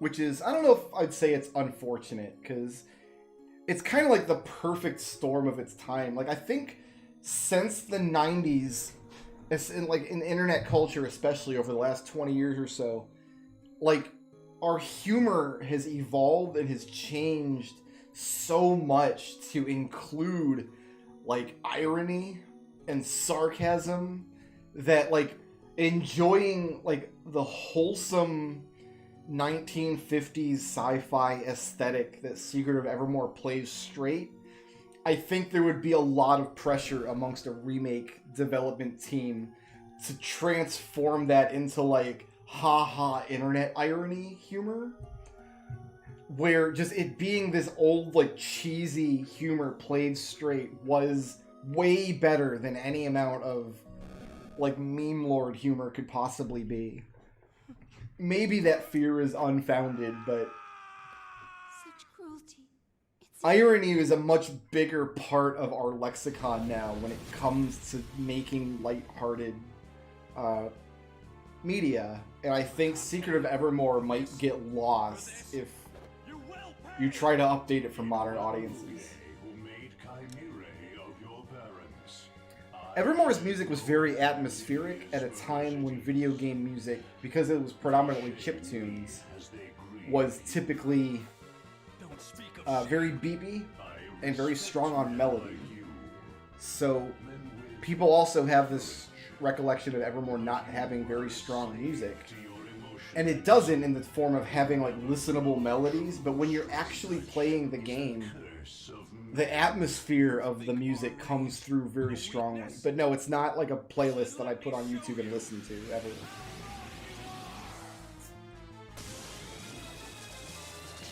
So the music fits the context of the game, but it's not a sound, like, it's not like this soundtrack. Well, you can take this soundtrack and just put it on and listen to it and enjoy it, because it's very melodic. An interesting one indeed.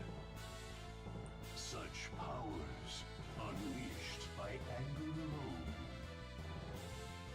But they will not avail you. Secret of Mana is a music playlist I listen to quite a lot, actually. That soundtrack has a lot of really excellent songs on it. I will heal your wounds. Face me at full strength. There was a cutscene earlier, Tribble, that was really badly desynced. So, alright. Rubicante. So we should heal him with ice while his cloak is closed. When his cloak is open,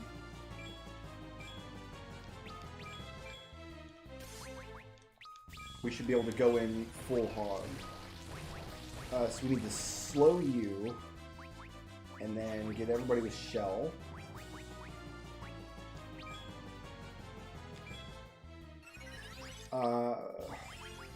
Is this going to come out before he closes his cloak? I wonder. Let's try it.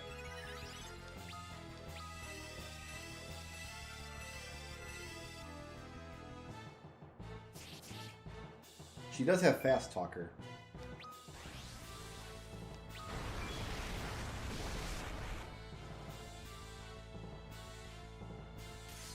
Huh. That was with shell.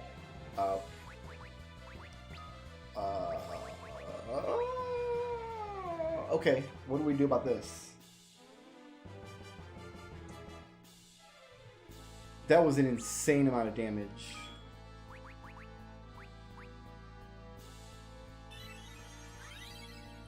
I remember this fight being exceptionally difficult on the DS version.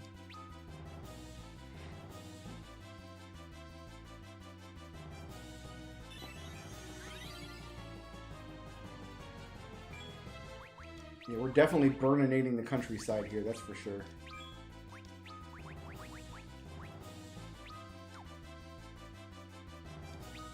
Kiraj is probably overkill right now. We'll go with Kiraga. And he's already slowed. We're going to have to put Shell back up.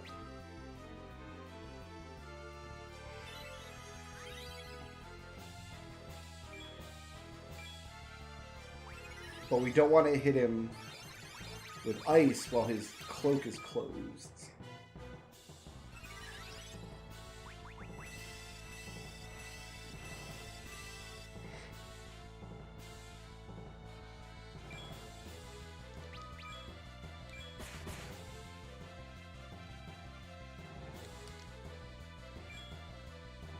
We can safely hit him with Holy. And then he heals himself with Blizzara. Oh, Cecil's going to heal him with his sword here. Oh, we got to give Cecil a different sword. Because his counterattack is... Maybe we just need to take off counterattack for this fight.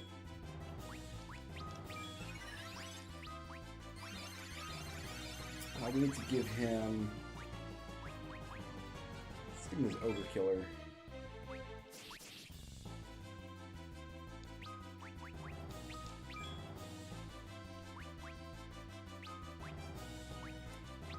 Let's just take off the ice weapons entirely.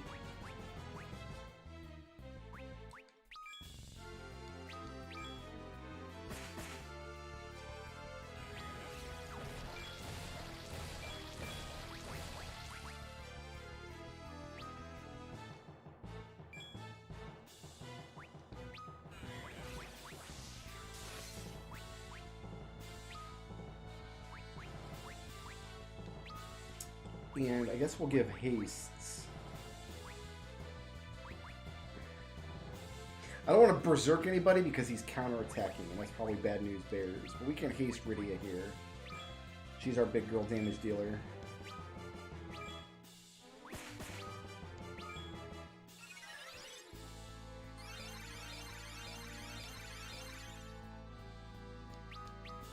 Let's see what Cecil can do with this sword.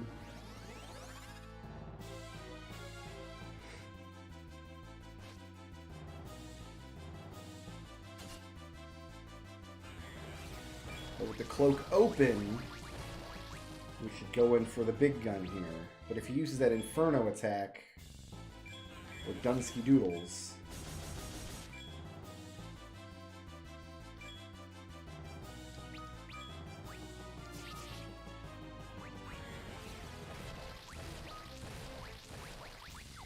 Yeah, you know, we're gonna stick with Kiraga Haste for a little while.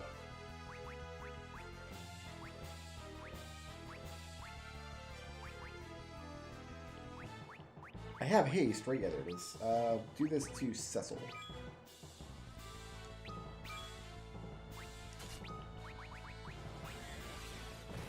Can we squeeze in 2 Lazagas, I wonder? Before we get pulled apart by Inferno?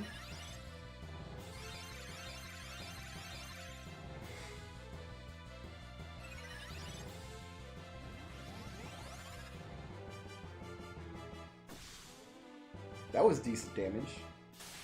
Wow, Kane. Holy crap, dude. Your boy come down from the sky with the 35 hundo. Alright, so I guess he just decided to not use Inferno again.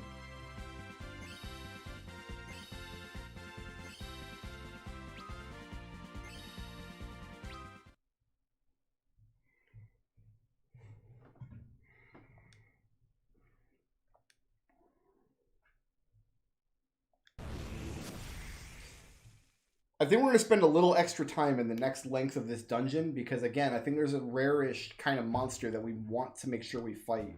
But we won't know for sure till we get out of the dungeon and see holes in the bestiary.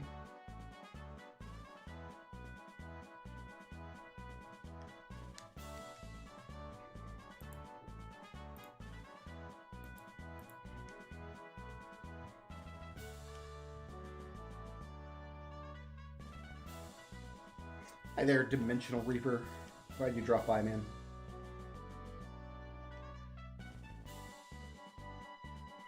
So we do have the Sylph Cave coming up, which is everybody's favorite dungeon.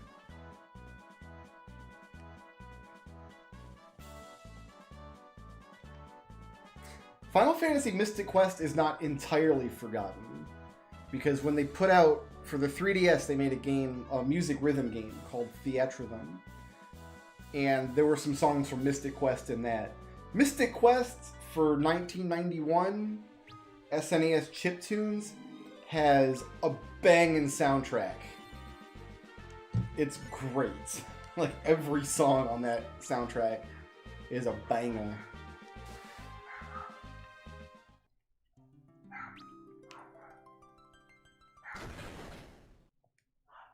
But yeah, probably there's not going to be a Mystic Quest HD remix or something.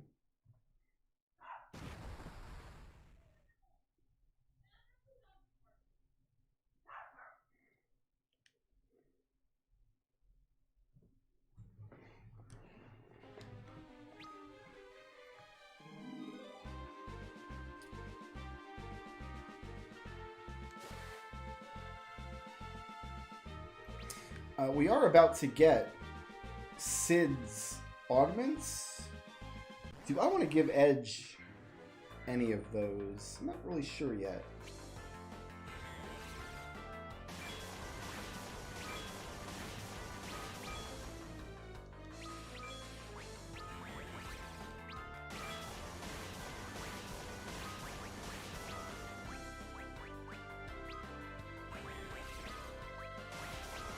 Calm down with the Thundara here. I actually think Mystic Quest is a really cool game, just overall. That thing must count as a giant, because Cecil just did a stupid amount of damage to it. With his axe.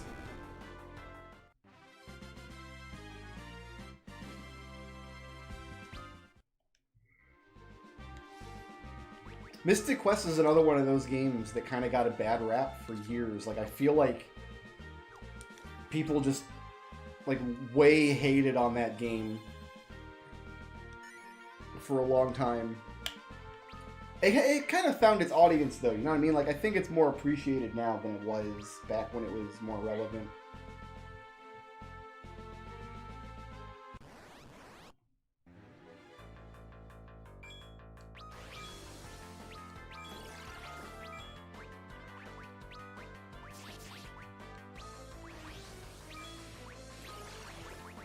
Let's go with Firaga, because I think these things are weak to fire.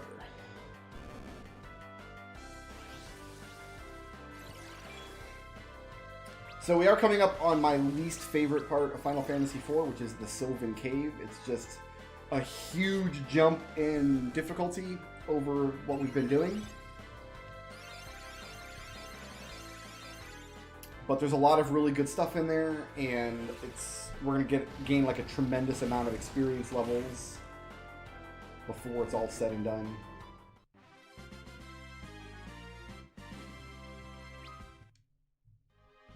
I actually don't have Mystic Quest on my list for perfect save.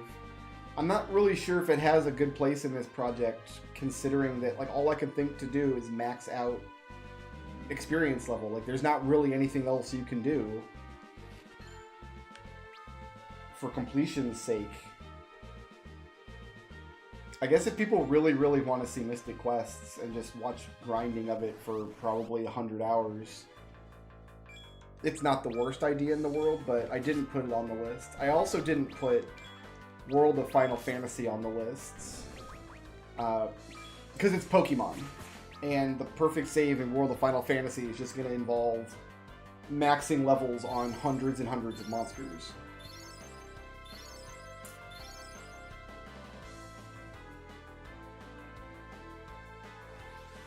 Even though World of Final Fantasy is a lot of fun, I really enjoy that game.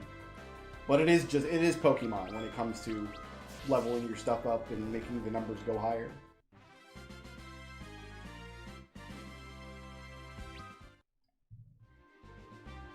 So if you weren't here earlier when I posted the link, I'll post it again real quick, because I had a list of games that I'm planning to play over the course of this project.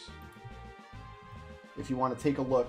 And that's just my first draft of what I think an almost perfect save will look like for each of those games. But I'm open to suggestions or corrections as we go through. So for this game I'm playing here, for Final Fantasy IV, we're going to complete the story 3 times, because you do 2 new game pluses, defeat the super bosses, and the third playthrough we'll have everybody at level 99, we'll have all treasure boxes open, all the summons, all maps completed, we'll have access to all of the augments in the final party, a complete inventory and bestiary, and we'll get all the Steam achievements. I'm calling that the almost perfect save for Final Fantasy IV.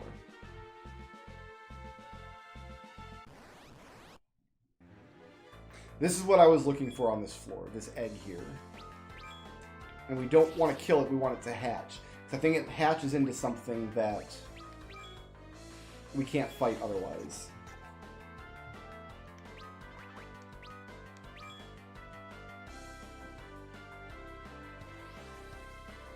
I don't have the European version of any games on that list.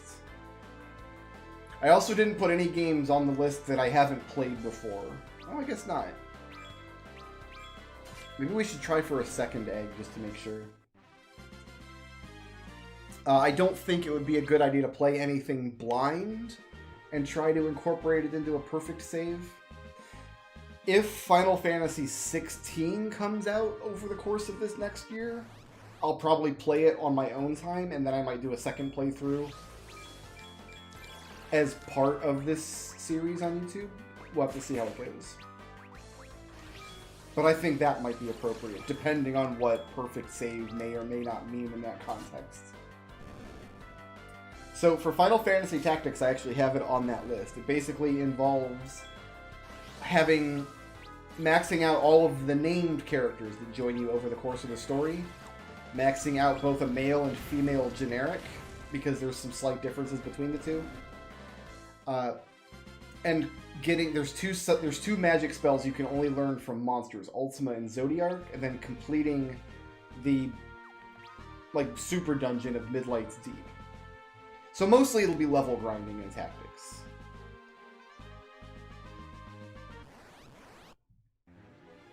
But I have that on the list.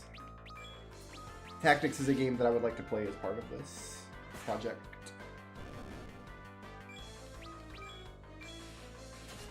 I'm just gonna fight here until I get a second egg and see if something else hatches out of it.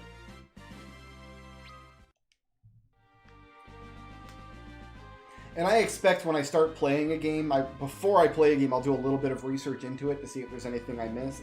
Like, I know Final Fantasy VII has some stuff that you can max out kind of behind the scenes. Like, there's some special attacks that do damage based on things that you can do. And it might make sense to max out that stuff depending on what it is. Final Fantasy IX has attacks like that. Zidane's Thievery levels up the more you successfully steal. and eventually you can get it to max out at 9999. Freya's Dragon Crest attack gets more powerful the more dragons you slay, and it maxes out at 9999.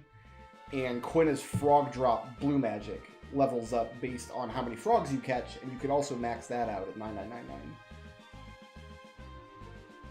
So there's stuff like that in some of the games that I might just not know about without doing some research ahead of time.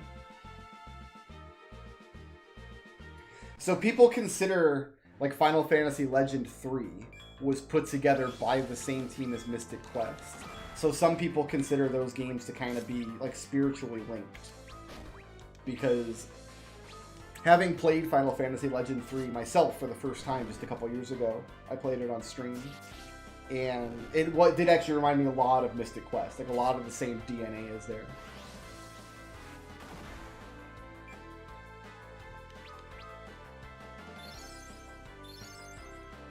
He is one of the best fighters in 9, though. Like, Zidane is one of the strongest people you can attack with.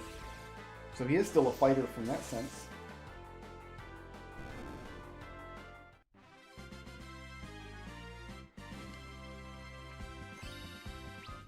I never liked Steiner much until my most recent playthrough of Final Fantasy IX. I use Steiner a lot more because he has a special ability that he can only use if Vivi is in the party, and I always found that ability to be underwhelming. But I did get a lot more use out of Steiner last time I played the game, so I'm kind of like on Team Steiner now. And the same thing happened in Final Fantasy VII. My most recent playthrough of that, when I played it on stream a few years ago, with Vincent. I got a lot more use out of Vincent than I typically do. It's a character I just never looked into, really. They added a jump button to Final Fantasy IV Free Enterprise, but I haven't actually played around with it. They added it as like a April Fool's gimmick, and then it just made its way into the regular game flow. But I don't actually know how it works or anything.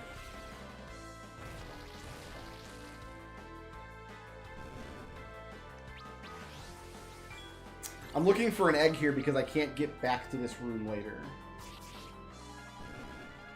Like, once we leave this area, we can never come back to it.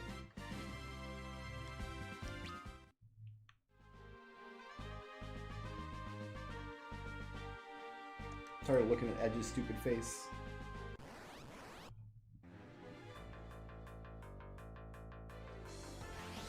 So let me ask you guys this question. Because I've been posing it every time that I've streamed, but we have a couple different people in here, and I'd like to get more and more opinions. For games that I can't stream from hardware, anything on the NES, SNES, or GameCube, I can't really stream from hardware because I don't have HDMI out for any of those consoles. I'm thinking for games playable on those consoles, which would be a lot of the early games, and my PSP as well, although I do have a streaming rig for the PSP. It might just be preferable to play those games on emulator. Or does it not count as a perfect save if I don't have it on an actual piece of hardware? Does anybody have any actual thoughts on that? Does anybody actually care that much? I left off Lightning Returns because I've tried to play that game twice and it doesn't click with me. I don't get it. I don't get how to play the game, and that kind of makes it inappropriate for a series where I'm playing games that I know really well and going for the 100% for the first time in them.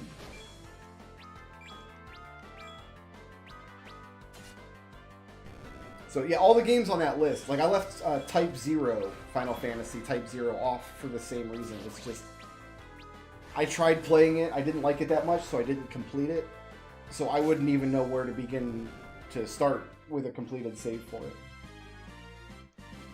In a way, playing games on emulator is almost a more permanent record than cartridge. Because I'll be honest, I don't even think my Final Fantasy 1 cartridge, I don't even think the battery's good anymore. I don't think I can save my game. I'm just looking for an egg before we move on here.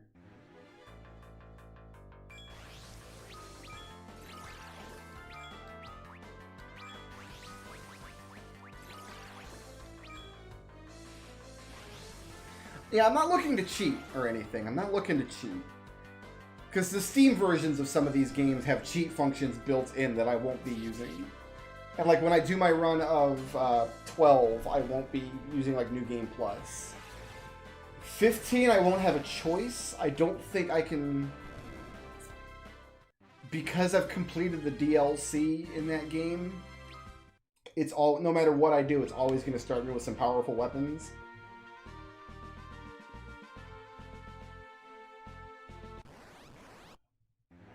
And here we go. Here's an egg. This is what I'm looking for.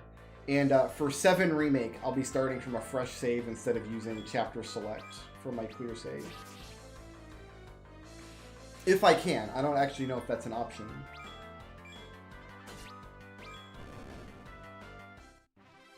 I don't think I actually wanted to kill the egg, though. We have to see what hatches out of it. I was not expecting to kill it in one hit.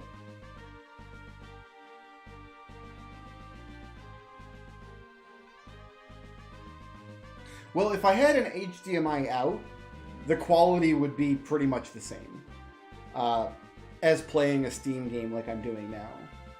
Like, I do have, like, AV connectors for my capture card. I have, like, this AV to HDMI converter. It's just, the quality of it is real questionable. Even for stuff like my, anything that uses composite cables, so like my GameCube and anything older. Whereas my PSP, I have component cables for it that I can stream with. I guess we're just getting lizards out of eggs in here. Alright. Like when my PS3, I can't stream on HDMI out. I have to stream through component. And the quality on that is pretty okay. It's decent. It's good enough I can watch it and not hate looking at it. So when you 13 and 13.2 and 10 and 10.2 will all be on PS3. I would like to just have those games on Steam, but I bought Final Fantasy 13.2 on Steam, and the controller functionality was so bad. Not only did my controller not work, but it tried to install something to like patch the controller through X input or something, but whatever it installed broke my controller in a bunch of other games. So I had to refund Final Fantasy 13.2, and then I had to spend like an evening figuring out what it installed to actually fix controller functionality on the rest of my computer. It was a real bad time. And I wonder if, because it's a PS3 game that got ported over, I wonder if like the Final Fantasy X collection has the same problem. Alright, we're going to get Cid's augments now, but I think we're not going to use them right away.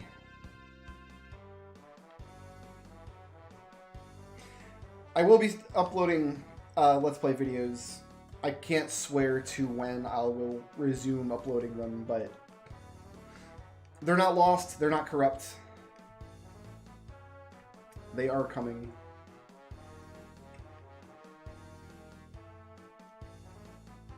I promise.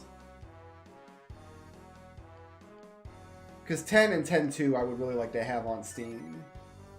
I would like to have 13 and 13.2 also on Steam, but it's just, if not if they can break my controller. Like, I'm sorry, I just can't. Alright, we're stuck in the underworld for a little while.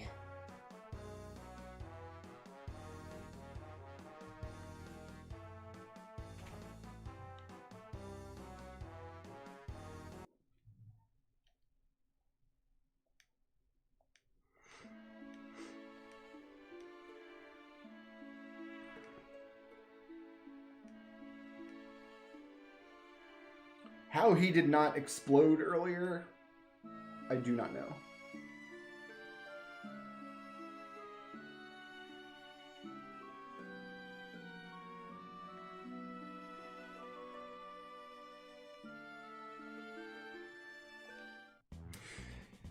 So, if the procedure required to apply this, like, mithril heat shield to the airship can be done here, why did Cid not do it here for the Enterprise.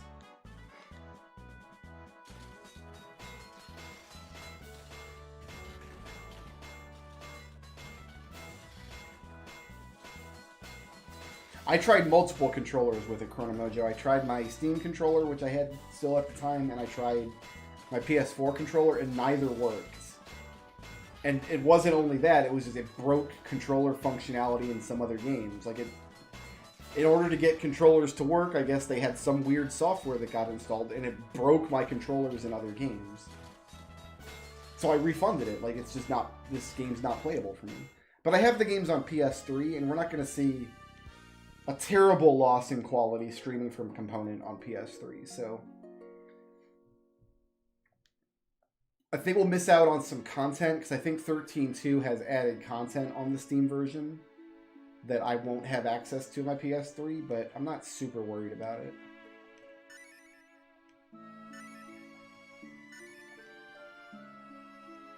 So I'm not really enthusiastic about any of these augments. So this one doubles your attack power when you're at critical health, which might be useful against enemies that only use physical attacks, because they'll be safe from getting damaged and then get double attack power.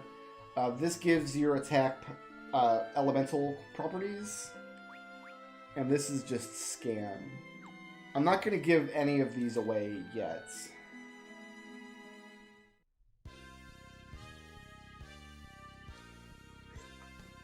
I do have the 8-bit though. It's a great little controller, but the D-pad has a lot of travel on it. And I suspect I could tighten it up a little bit. If I could open the controller, I suspect there's like a little thing in there that I might be able to adjust to give me a slightly more like catchy D-pad, which would be my preference. Do I need an in? I do. But I don't have the tool I need to open the controller, so I actually haven't used it much.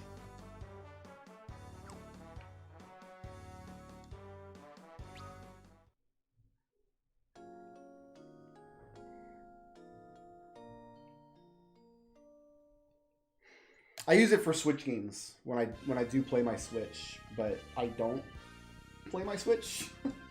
The Switch has literally not been powered on since my wife played Animal Crossing over the summer. Yeah, it's my left and my down button on my 8-bit though. Alrighty then, let's fill up the map, homies. And then we will start pecking away at the Sylph Cave.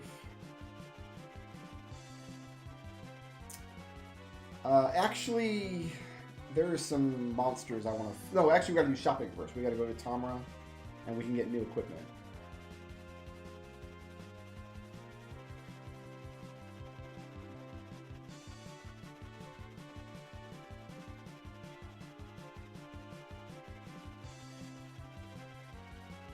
Ooh, there's a little square down there that...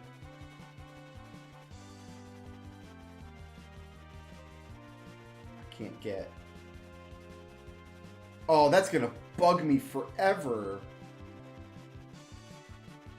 Look at that mess. There's just a square you can never get. Urgh. Maybe I can get it by going up here.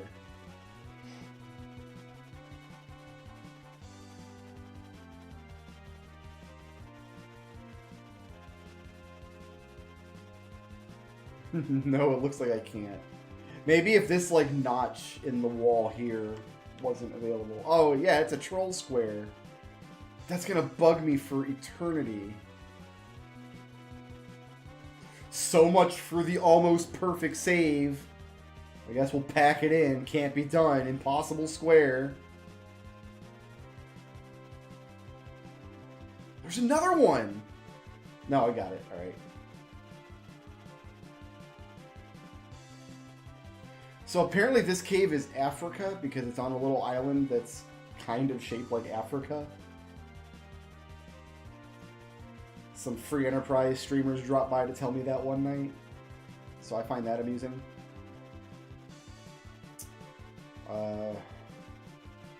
I do... Oh! Wait a minute, it just filled itself in. When we got the last square here, it filled itself in. Okay, so one of the programmers was on the ball, at least. Like, somebody knew what was up. I do bless the rains down in Africa. I feel like I should mention that. Like, that only seems appropriate. Alright, so we do get to fill in the whole map. That's good.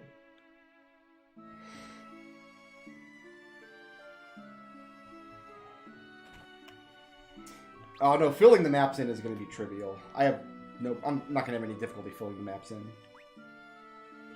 We don't need a whip. We don't need any of this, actually. We are going to do a world tour in the third playthrough and just buy everything from every shop, but for now it's this diamond stuff that's going to be very useful for us. I need 2 of those. I need 2 of these. That's going to be most of my money. Let's buy helmets and shields first.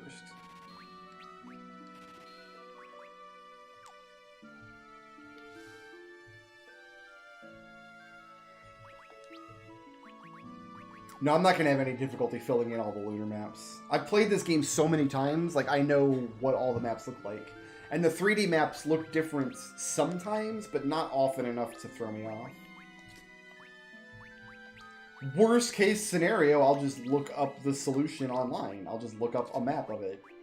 Like, we're going to reach games in this series where I'm going to have to place at least some content off of walkthroughs. Like, I'm not going to force myself to do everything on my own recognizance. Like, there's some things that Final Fantasy X-2 especially, like, that's a game, if you want to get the 100% story completion, like, you have to have a walkthrough. I guess you don't have to, but I'm going to in order to make sure that I don't screw it up. So I'm not worried about map percentage in this game. So I haven't played the Steam version on hard, but I've been told that the Steam hard on the Steam version just sets the difficulty to the DS version, which I have played. So technically, yes, I've completed this on hard before. I can buy spider silks here. Those are so good.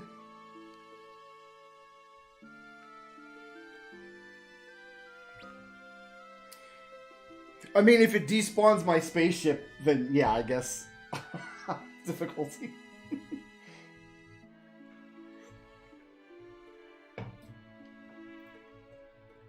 Oh man, that Final Fantasy IX strategy guide. Just go on Play Online and look stuff up, right? Okay.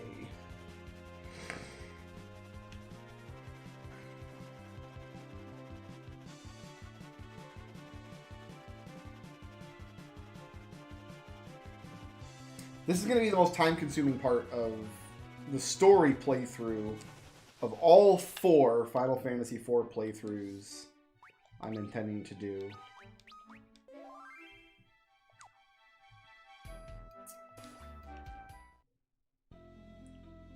Is the Sylph Cave.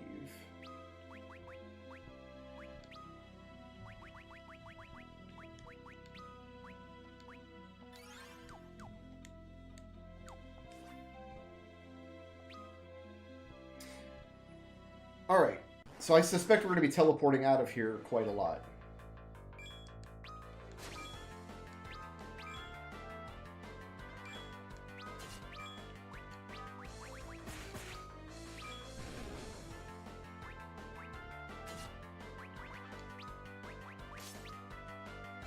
I want to replace her healing staff action with Cura, I think. Because I think she's going to just be doing a lot of Cura on Cecil throughout this cave.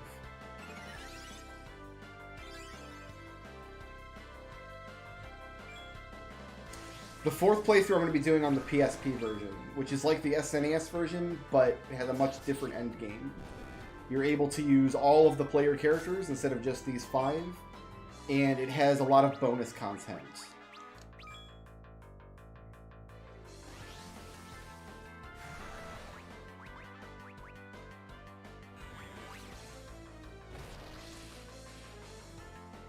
And if I decide to do the After Years, I'll also do the After Years on the PSP version.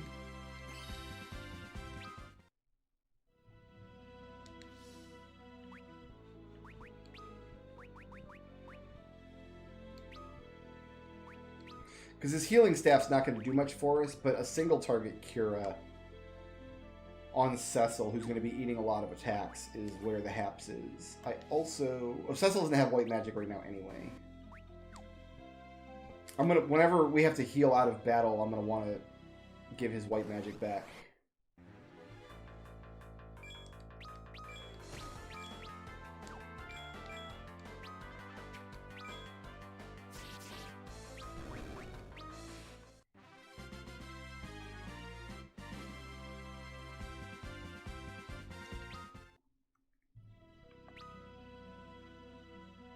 Because I don't like the After Years, but from the standpoint of, like, just all of these games are going to be just a kind of comfortable grind eventually anyway, After Years might be okay from that standpoint.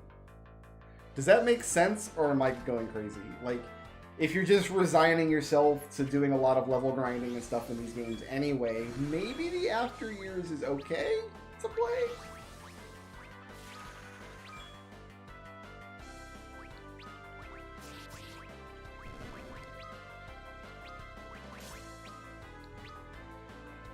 I kind of feel that way about Final Fantasy II. I don't like Final Fantasy II, but if we're just mostly level grinding, I think I'll be okay playing through it. And I'm going to do the PSP version of that as well, because I've actually never done it before. I've never played the PSP version.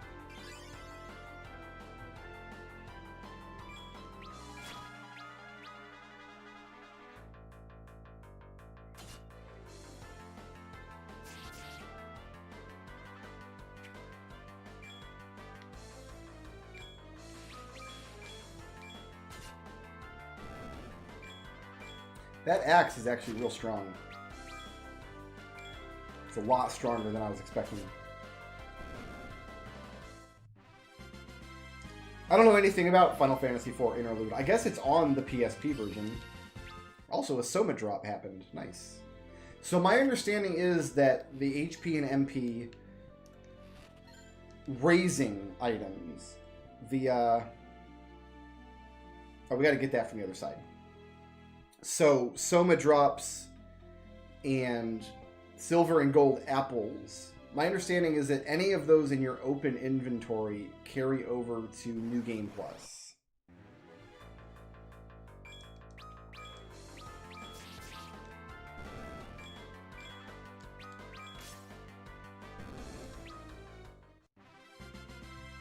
I love Dawn of Souls. That's my favorite version of Final Fantasy I by far, is Dawn of Souls.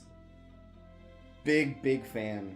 I'm going to be playing that version of Final Fantasy I during this mission of mine. I'm going to be playing that, and I'm going to be playing the NES version as well. Oh, good! The frogs! Get frogged on, noobs! Like, nothing you do in this fight matters. Literally nothing you do in this fight matters.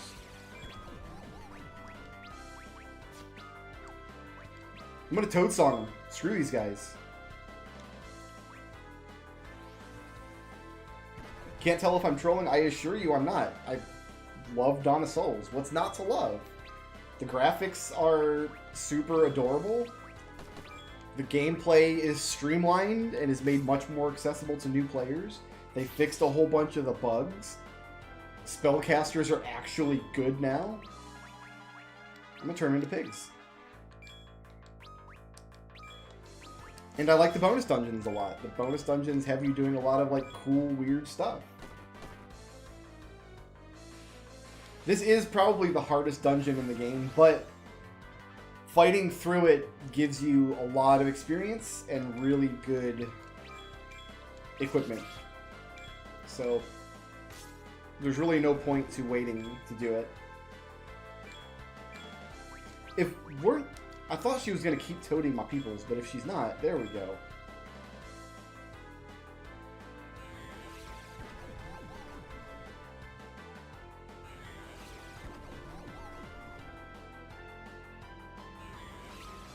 Origins is fine. Origins is perfectly fine. I have also played Final Fantasy Origins, but Dawn of Souls, I like the bonus content so much. And I like having magic points instead of spell charges. Rydia, will you fix my paladin for me, please? Oh, you gotta fix yourself, too. No, you're not a toad. You're just a black mage.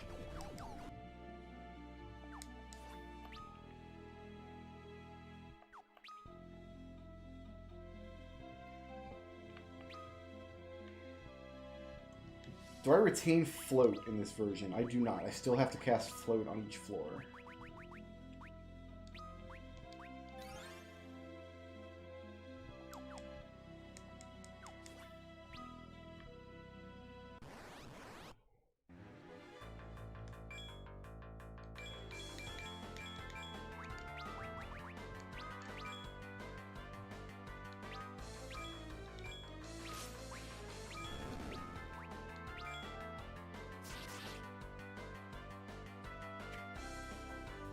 Good job, Cecil.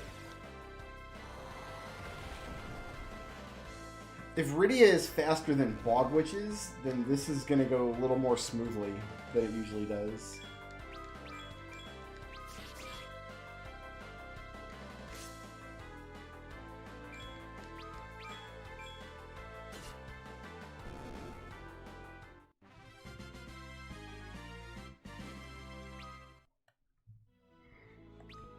What do you mean, this type of content? You mean like Let's Plays in general, or this project specifically?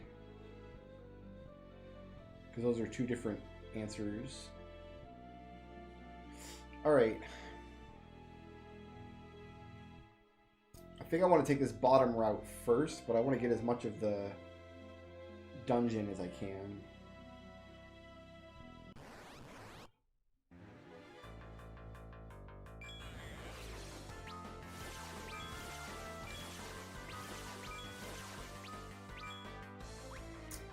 I'm gonna go dragon in this fight.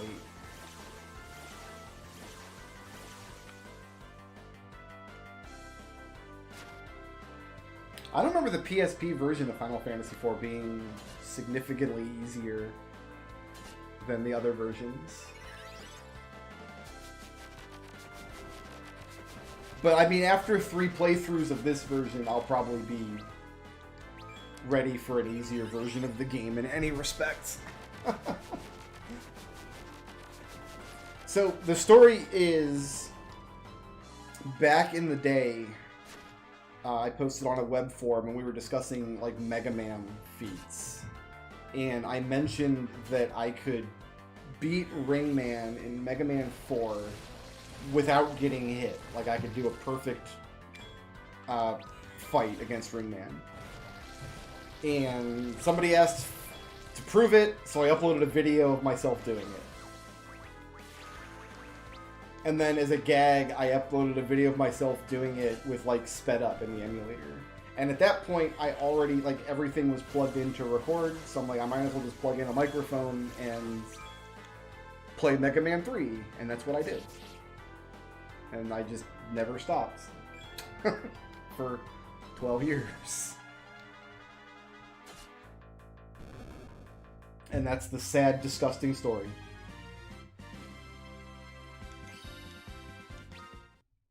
I know the Game Boy Advance version of Final Fantasy IV has some like weird glitches in how the ATB works. Like it eats your turns sometimes, or characters get extra turns. I'm not really sure the details, but I think that got cleared up for the PSP version.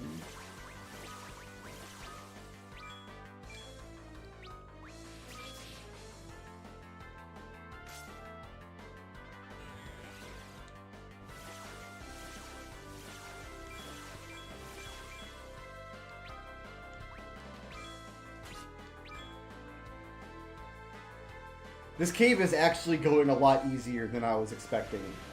Like...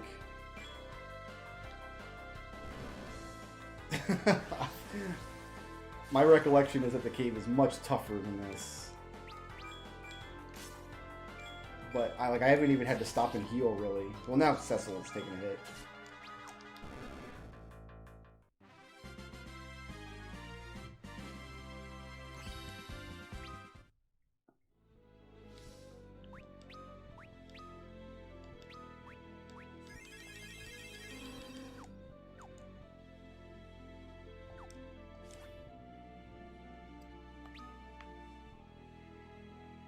Alright, I think I want to go up. I want to go up the stairs, which are down on this map, first, because that'll take me to the Sylphs.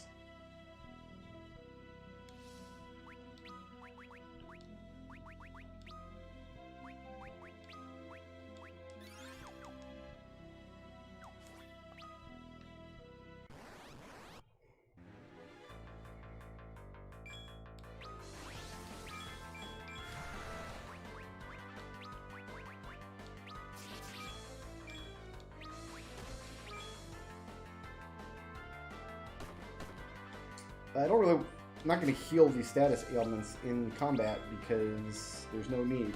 We're just going to get bad breathed again, so I might as well just chill. Chill out as a frog.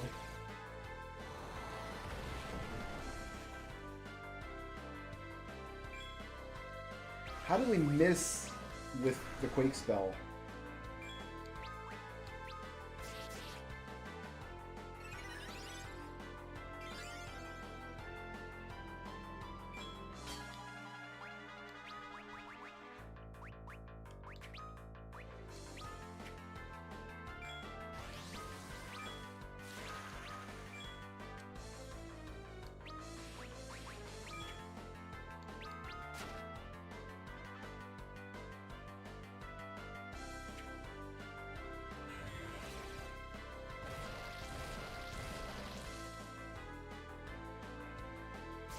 They should be going Faraga in this fight if they're weak to fire instead of Quake. Oh, I shouldn't have multi-targeted that. I don't know what I'm doing.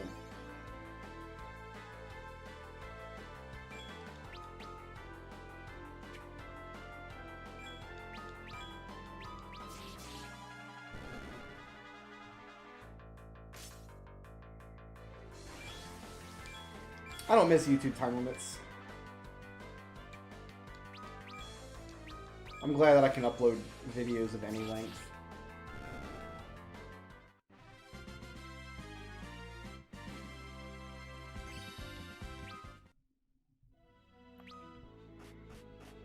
Who is poisoned?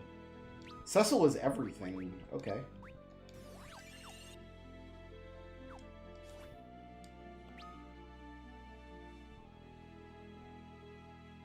See, the YouTubers that I watch just don't do that kind of thing. Like, I just don't subscribe to channels that do that kind of stuff. Like, if the whole video is just geared towards me watching their ads, I just don't watch their channel. In fact, I watch a lot of channels that seem to do exactly the opposite. Like, I watch a lot of channels that upload very long 30, 40 plus minute videos and don't run any ads.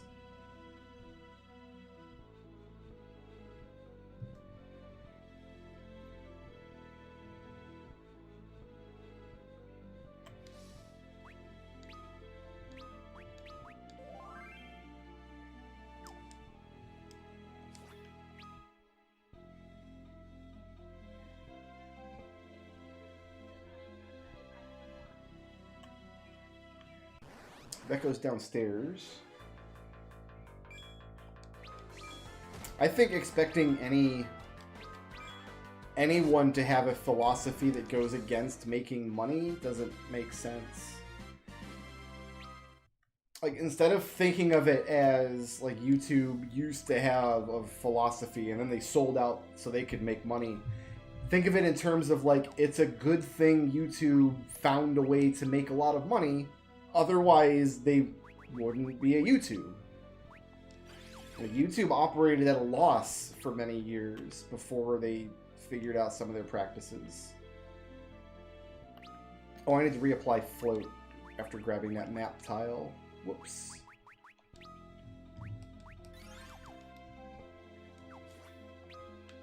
Like, I have no problem with people making as much money on YouTube as they can with their content. And I have no problem with YouTube as a platform making as much money as they can by allowing their creators to monetize. And I haven't personally experienced anything on YouTube that makes me feel otherwise, like I have on Twitch. Okay, I think that's it for here.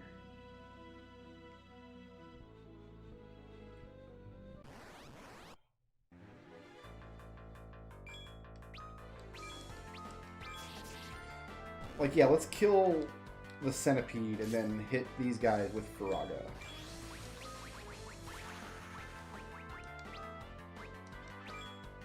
Like, I think she got that Faraga spell a lot earlier than I typically do on the 2D version of this game.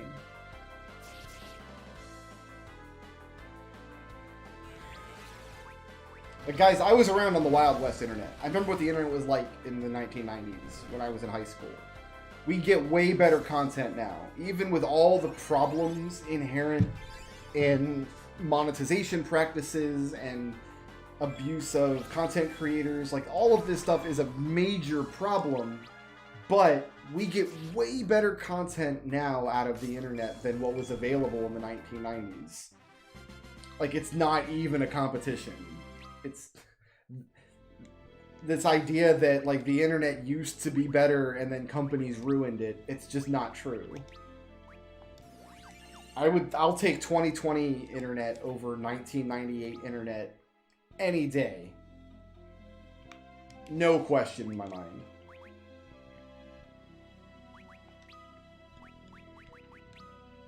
For one thing, you couldn't watch video. There was no video anywhere. If you wanted to watch a video in 1998, you had to find a website that was hosting a video file, which was compressed to complete hell because everybody's on dial-up.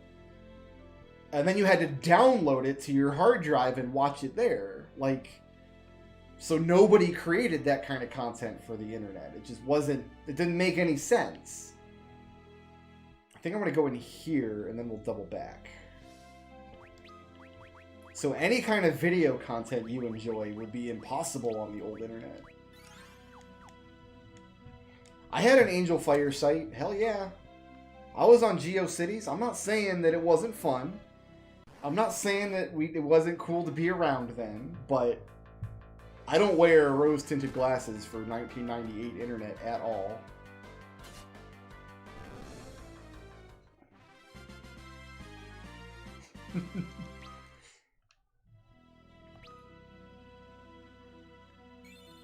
Hooray! So there's an apple. Cool.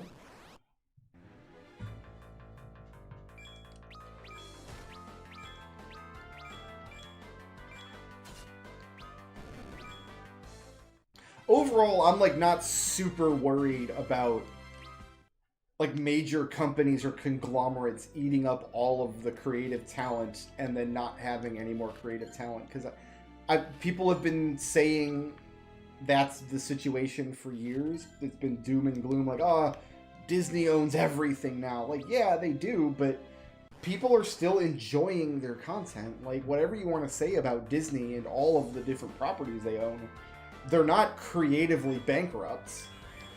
Like, they're not just pushing out garbage now that they own everything. You have no more MIPS, so we're just going to attack, and eventually people will not be toads. Like, I don't like Star Wars or the MCU that much, but I have loved basically every animated feature that Disney or Pixar has put out for the past decade, for sure. Like, I don't think things are getting worse just because big companies are buying more and more and more of the stuff.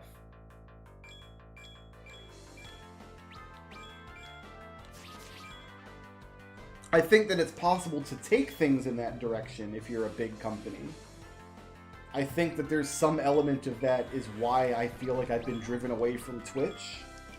Like, Amazon bought it and the algorithms changed and now it's impossible to find small streams there.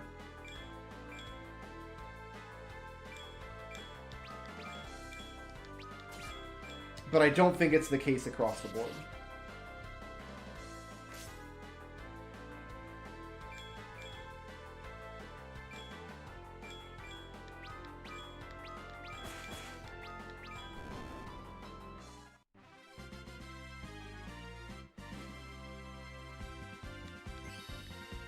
And that's something that YouTube's always done. And it makes sense as a platform. Like, they have to spotlight their biggest creators because the biggest creators are the ones that can make the most money. And they have to make a lot of money in order to continue hosting streaming video. Like,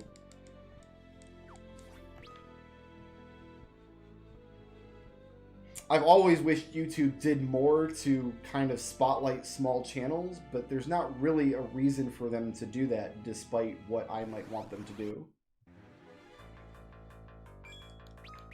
Which is too bad for me, but it's not... I don't see it as YouTube being hostile because they've gone out of their way to make my channel invisible, because they haven't. Every time I put up a video, like, enough people see it that it generates enough interest that some percentage of those people decide to give me money, and then I use that money to pay my bills. And I don't see that coming back to me on Twitch. I mostly exist on Twitch as a kind of thing for somebody to watch in between watching other streamers that they're actually interested in seeing. That's how Twitch views my content on their platform.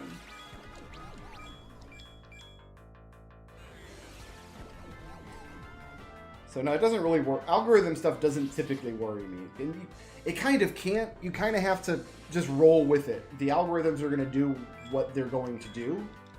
And you just kind of have to adapt to what they're doing. I'm fortunate that I have a large enough audience to pay my bills that need to get paid.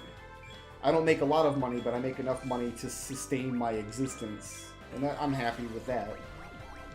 I would be happy with more money, though. Like, all of you should give me way more money, clearly.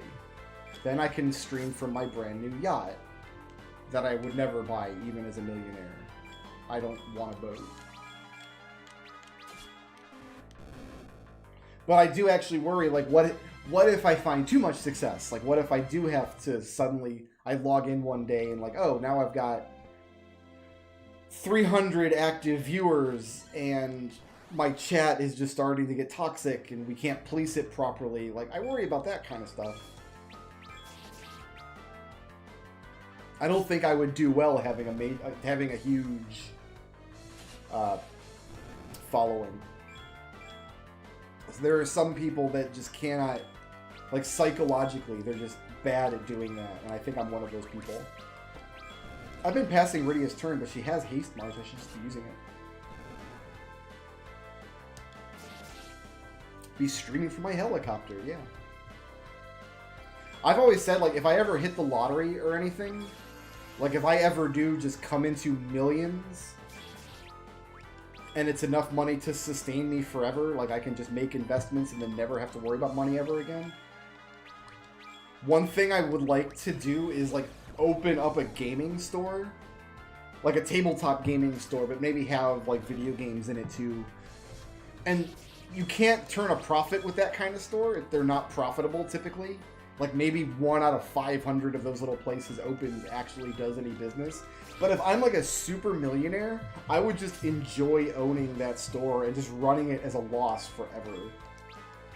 Like, if I could afford to eat the $100,000 a year or whatever it takes to operate such a store, and just get the enjoyment out of running it and have a community there that all plays games, I think that would be fun. That's if I have a rich uncle or something I don't know about. I've always loved my smaller audience. I think the small audience suits my personality very well, because this isn't like a universal thing, but I can't. She doesn't have any more MIPS. I was hoping to get through this dungeon without having to teleport out, but I think I might have to go refresh Rydia's MIPS.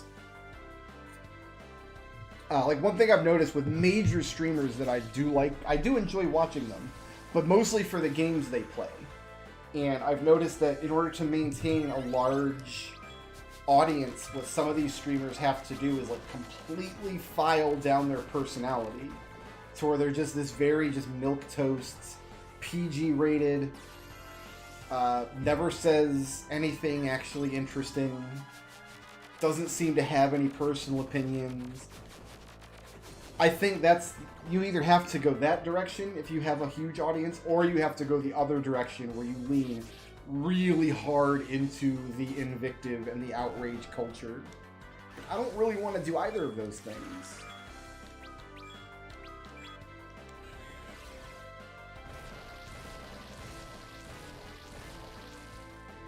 Like, the number of streamers that I'm aware of that have real personality in their streams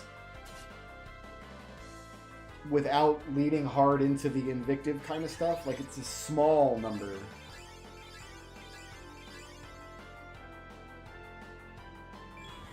And sometimes, like, a chill, just milquetoast stream, that's what I want to watch. But usually only if it's a game I enjoy. Like, I would... Those kinds of dudes, like, I wouldn't tune into their channel if they were playing something I didn't care about. Whereas I have viewers who I know tune into my stuff even when I'm playing stuff they don't care about. Just because they like me and they like my chat.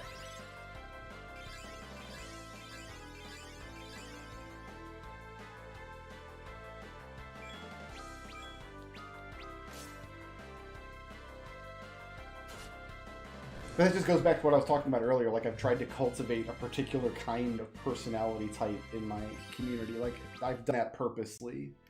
Like, on Twitch, the big thing... Yeah, I'm gonna warp out and refill the MIPS.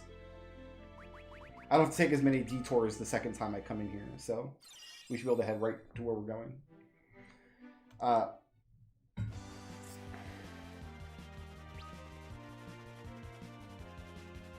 Okay. Yeah, I've actually worked pretty hard to make sure that I attract a particular type of chatter that I like having in my communities. That's done purposely. One of the big things that on Twitch you'll do is you'll put up like your channel rules, like you have a set of rules, like you're a 4th grade teacher and you're my classroom.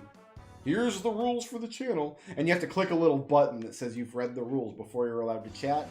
I've never engaged with that kind of stuff because all that does is it invites people to go, how horrible of a human being can I be without technically breaking any rules?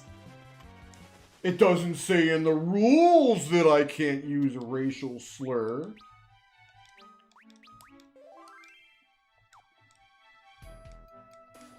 Technically, I didn't do this awful thing that I definitely did. And that's exactly what I see when I go into channels that have, like, rules like that. That's the kind of behavior you see. The only rules I have on my channel: rule number 1, don't be a buttface. Rule number 2, don't pretend like you don't know what don't be a buttface means. The aim of those rules is, I think there's a certain level of decorum that we're all capable of, and we all know. If you don't already know what that level of decorum is, I don't want you in my channel. And if you do know what that level of decorum is, and you decide not to uphold it, I don't want you in my channel. So those are the 2 rules. Don't be a buttface, and don't pretend like you don't know what that means. And then immediately, some dude named himself not a buttface, and he's been in my channel ever since. So maybe I did that and it backfired.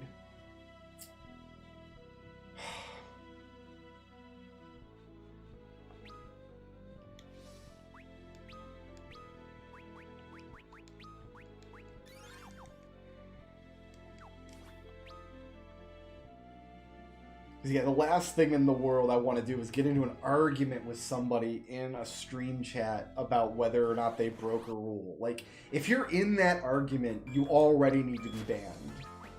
Like, there's no situation where you win that argument and then things are fine.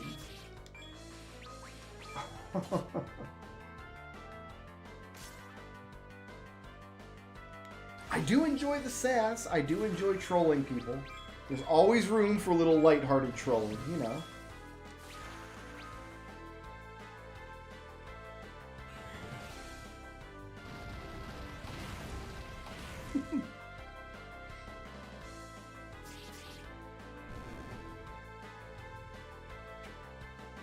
Kane, stab the giant monster, dude. What are you waiting for?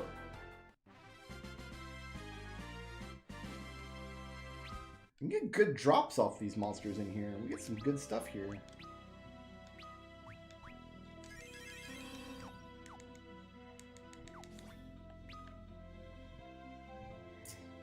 In years of streaming to Twitch, I never once reversed a ban placed by one of my mods.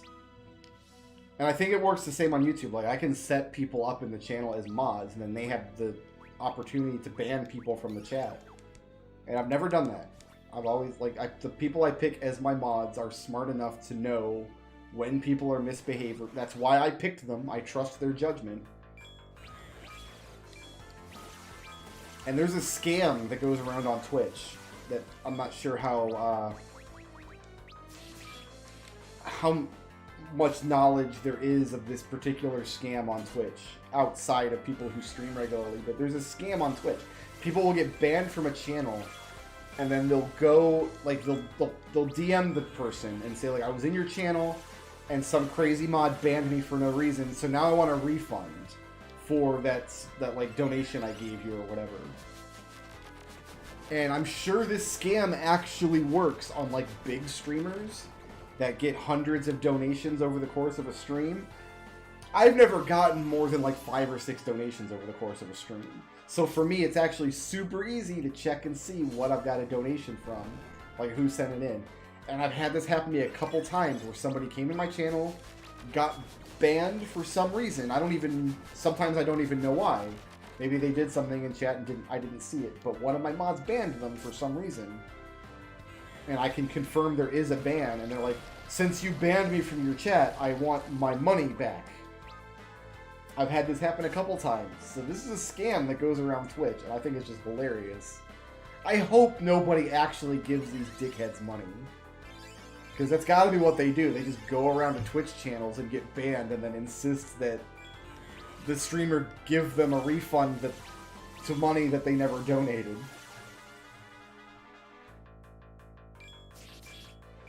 But I don't make random people mods. The people that I pick as mods are people that I know will police the chat properly.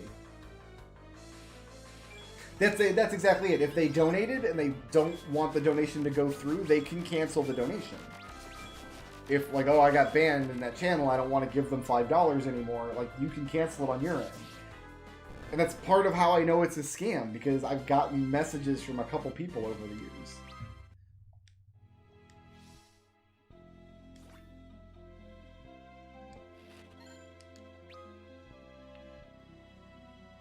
Do I want to go through...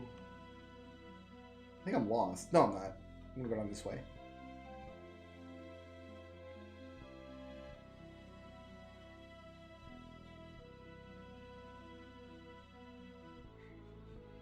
I've personally only banned, I think, 2 people from Twitch over the years. I think I've personally only hit the ban button twice, and both times was because somebody was in chat being mean to my wife.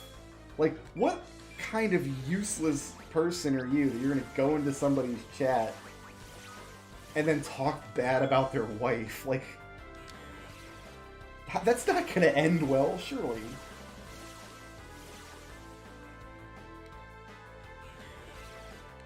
Like, there was one it's on stream, I remember so vividly. I forget what I was playing. I must have been playing, like, Just Cause or Grand Theft Auto or something. It's something the kind of content I typically don't play on the channel, but I was playing that day. And when you play games like that, you tend to get fans of those kinds of games who sometimes are not the nicest people in the world. So I was playing one of these games. It was probably GTA 5. So I remember this being a big problem when I played GTA 5. And at the end of the stream, I made a joke, like, oh, it's time for me to go, guys. My wife is calling me. And somebody in my chat was like, tell that fat bitch to shut up. And I'm like, oh, you're just banned then. I'm gonna click the little button and send you down to hell. Like, one line, that's all it took. I'm not... You can't sit in my chat and say that kind of stuff and not get banned.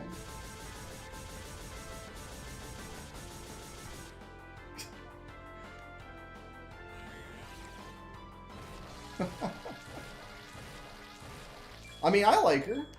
I like her well enough. I married her, so obviously I do. But I just never got over that. Like, why would you go into somebody's live chat and call their wife a name, or their husband, or their whoever? Like, you're in this chat for the first time. This is your first interaction with this person, and your opening salvo is to insult their spouse.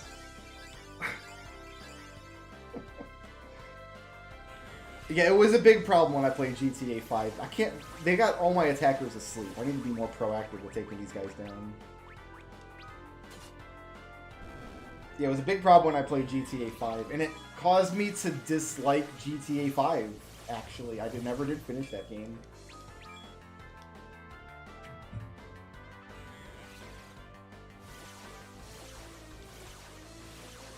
Dealing with teenagers online. Sometimes you don't know they're teenagers. Many teenagers are perfectly capable of behaving themselves and like being reasonable adults. Like many teenagers, probably most teenagers are capable of that, but some of them just aren't. I've gotten messages like, "Oh, you banned me, but I'm 13. I didn't know I wasn't supposed to act like that, so I won't act like that now. Can you unban me?" Nope, never. Some of those people are like 20 now. That's how long I've been streaming. Some people that got banned from my chat as teenagers are now old enough to have children of their own. And they're still banned, and they will be forever. I should go with holy damage against these guys, perhaps.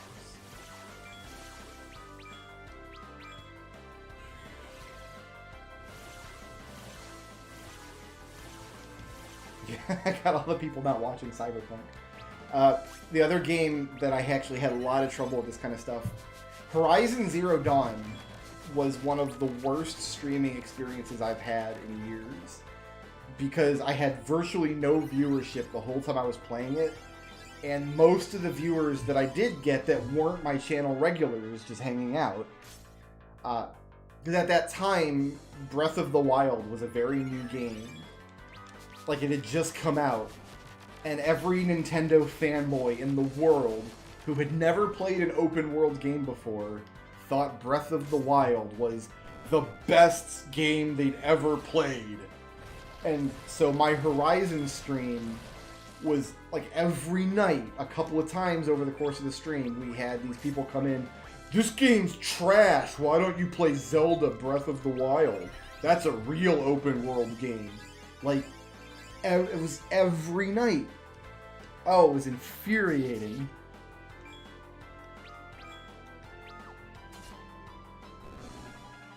I hated it. I hated it so much.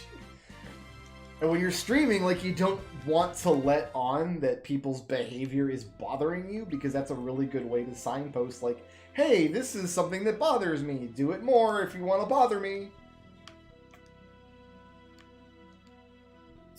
So the Sylphs are helping out. We can get these treasures. Then we got to go back in and get more treasures. These are claws in the 2D version, but they're actually weapons now for we could actually equip. Ooh, some spirit upgrade. Nice.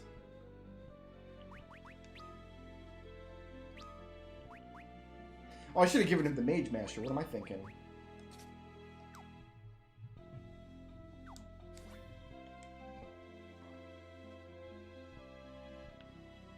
I don't know. I have no idea why they weren't just watching somebody's Zelda stream. I have no idea. Some people just, like, have to tear other people down to enjoy themselves. I don't understand the mindset, but those people exist. The Sylph Cave is going a lot smoother than it typically does. I'm actually surprised we're getting through it as quickly as we are. And by the way, Not for nothing, but Breath of the Wild is not a better open world game than Horizon Zero Dawn. Not even a little bit. Like, it's just not.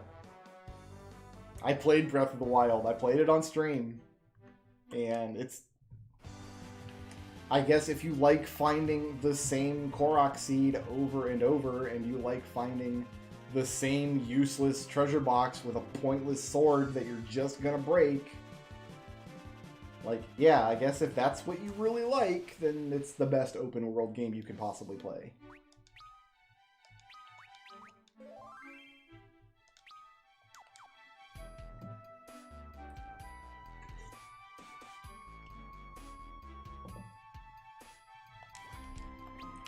Yeah, if you're going to stream a lot, you really have to learn to not show your anger. That's a skill you really have to cultivate. I'm pretty good at it. Like, it's rare that people know that I'm getting, like, legitimately mad on stream. And I don't mean, like, I'm bad at this game and I'm getting mad. That happens all the time. That's salt. That's not real anger. Getting salty and getting really angry are two different things. But... like, you have to not give these people an inch that just want to ruin streams. If they're just there to troll and make other people have a bad time, you have to not react to them at all. But it's hard. Like, it still takes energy to not react to them, because you still have to see their nonsense that they're posting. Like, it's not gone, and it does bother you. Like, you can't pretend like it's not there. So it's a skill you have to cultivate. And yeah, there are streamers that are just bad at it. They're just real bad at it. And it's sad to see, because there could be an otherwise great streamer, but these are the ones that you'll watch that start to get a little bit of success and start to get up into that 100, 200 concurrent viewer area. And they're the ones that burn out fastest, because when you get to that level, you start, like, you're gonna have trolls. You just are at that level. And if you let them know that they bother you, they're gonna just keep doing the thing more. And that's where some of the burnout sets in. I have gotten all the extra summons in Final Fantasy IV in the 2D version, not in this version. So I have gotten them all. Oh, nice. There's a little secret passage there. But not all at once on the same save file legitimately. I've done it with, like, a Game Genie on the SNES version.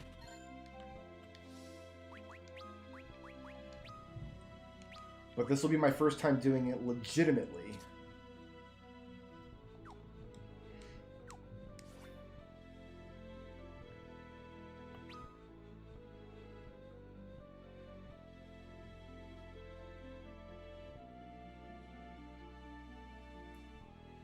There's a way over there. I know there is.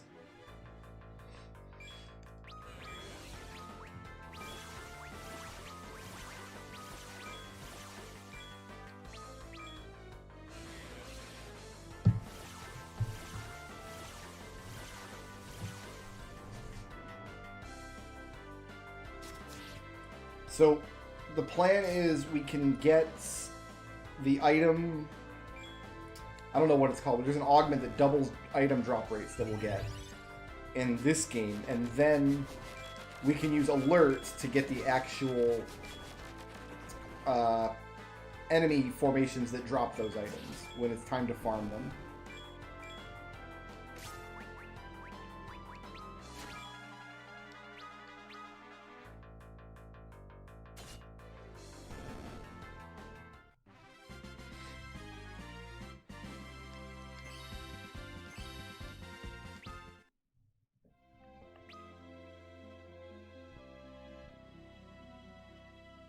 Oh, you know what? No, I know what we're doing here. Hold on.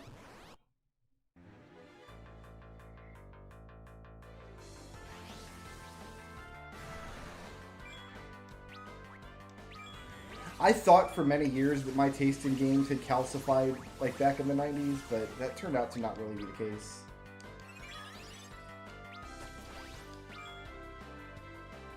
I have noticed lots of types of of games that I've enjoyed over the years since then.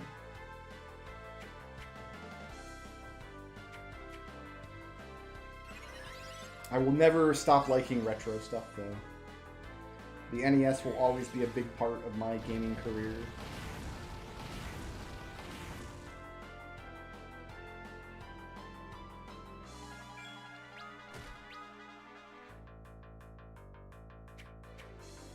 I love the little frog punch that he does.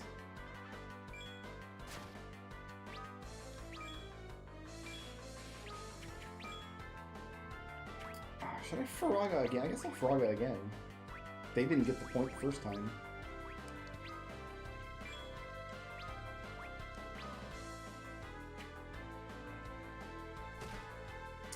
Dang it!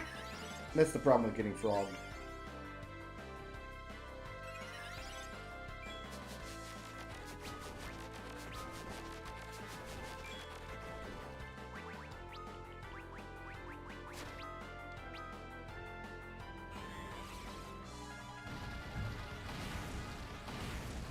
Metroid Hack Rogue something? I don't know what you're referring to. Wow, these things are all still standing, huh? This is the kind of encounter that I was expecting this whole dungeon to be. This and the Toad Ladies, the Bog Witches.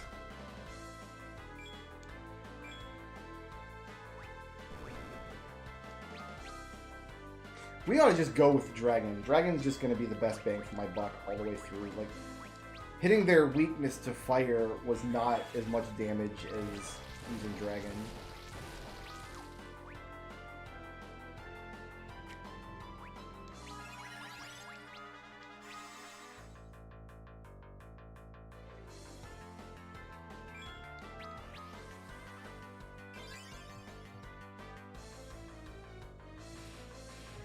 As far as I know, DuckTales Remastered got pulled off of storefronts.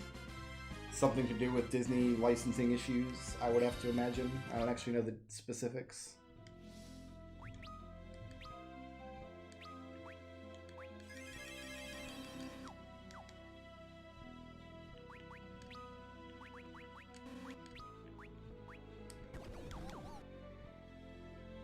Oh, Cecil now needs float again, too.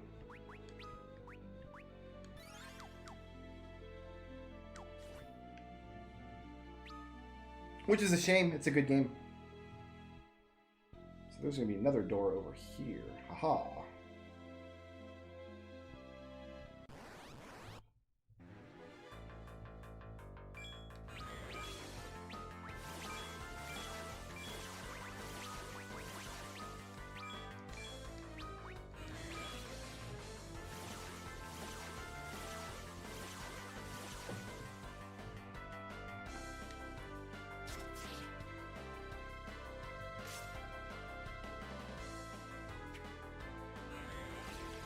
I'm not happy with the accuracy of that axe.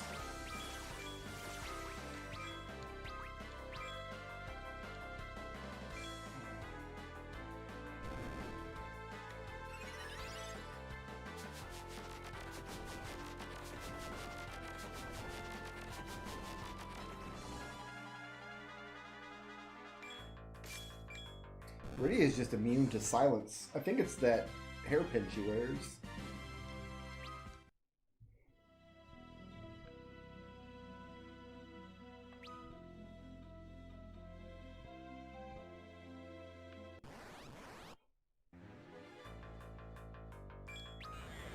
I think I missed part of this map.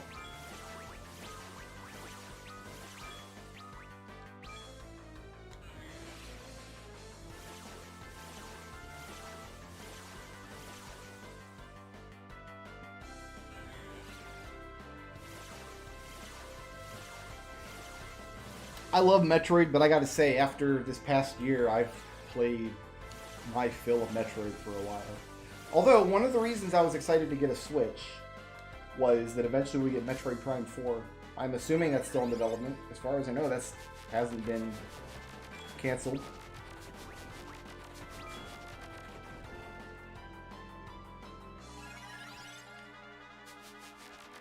I had a few people who were getting upset with all the Metroid ROM hacks this past year. Like, there was a couple people, you can see in the comments if you go back and look. I think some people were, like, legitimately perturbed. Like, oh, well, more Metroid, here we go.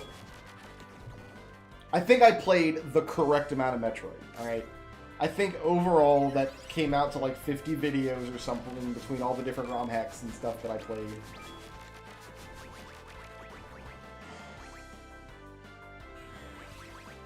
I don't want you to be silenced, so you eat some of these.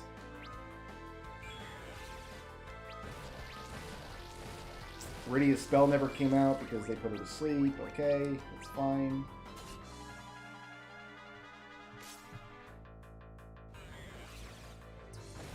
Yeah, I haven't played any Metroid at all since I recorded that playthrough with Razinair. Super Mario RPG is not dead. The videos they're not lost or corrupt or anything, and they will come when regular updates will resume, I promise. I just can't give an actual specific date as to when. It might be next week, it might not be till next month. I also for sure will be doing a Christmas video this year like I do every year. It's been impossible for me to get into a Christmas mood. Like, I don't feel the holidays at all right now. Although, my wife is having a crisis right now because a box came today, and inside the box was a Lego set of the Baby Yoda from The Mandalorian. I don't care about Star Wars. I don't like Star Wars at all. It's not my deal. But the box was addressed to me, but it's clearly a Yoda, so she thinks it's for her, but it's also clearly Lego, which she thinks means it's for me, and, like, she doesn't know what to do. Because she doesn't know who sent the thing. I need Rydia to wake up and summon a dragon against these actual nerds. This fight has been going on for 17 years because Rydia keeps falling asleep. She doesn't know if the Lego Yoda is for her or for me. And she's trying to figure it out. She's trying to figure out who sent it right now, I think.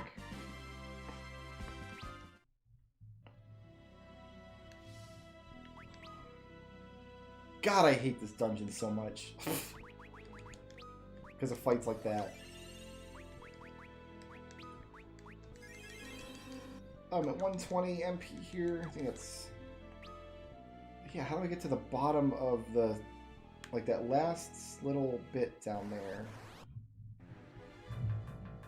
I do. I love this dungeon. It's the best dungeon.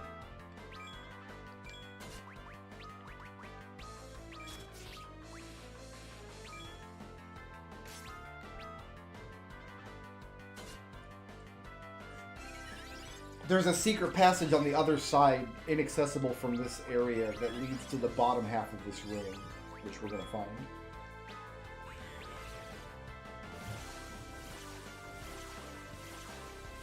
Yep, put Rydia to sleep just as soon as her thing... Okay, you missed. Good. Excellent.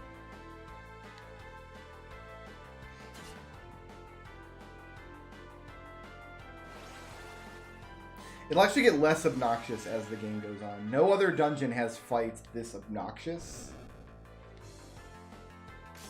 But even if we were to decide to come back later, like we didn't want to do this dungeon now, we'd come back later with ribbons and then none of this dungeon would matter anymore. You can't put Rydia to sleep if she has a ribbon.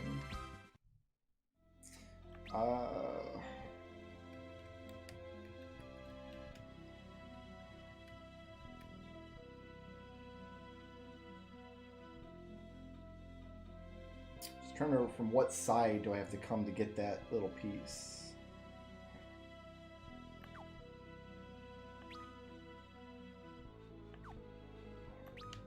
Let's we have to come back through this way anyway, because we're not going to be able to get all the monster boxes done.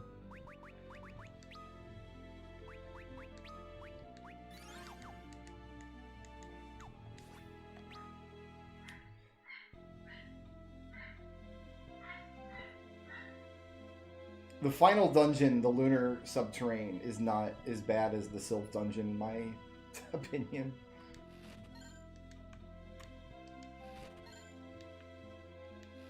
You have much better attacking options, for one thing. You can do stupid amounts of damage. Alright, fair enough.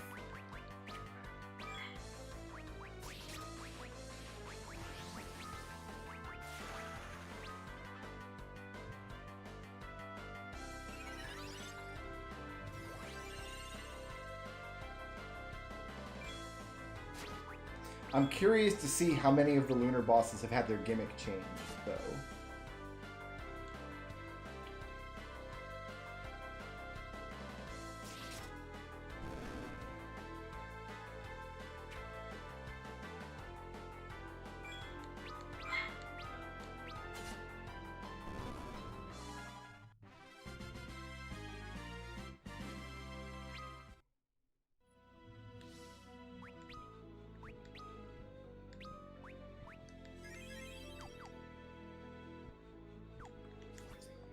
Riddy is almost tapped. She's got one more dragon spell in her.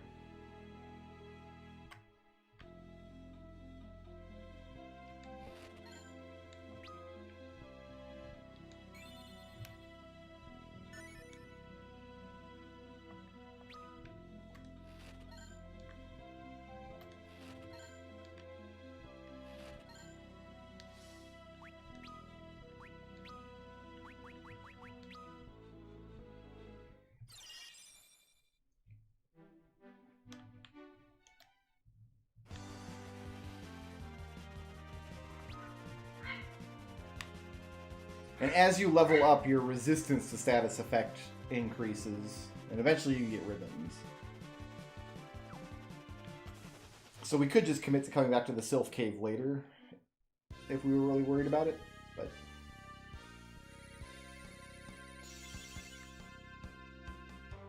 It just really is the large number of status effects coupled with every monster in the place having huge amount of hit points is the problem with Sylph Cave.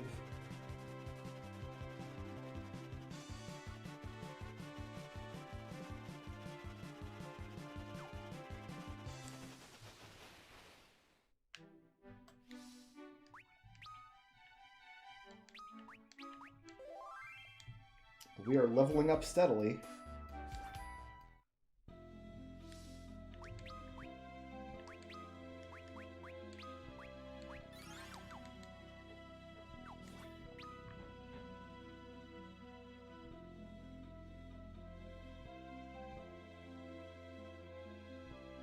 Alright, which floor do I need a piece of map? Not this one.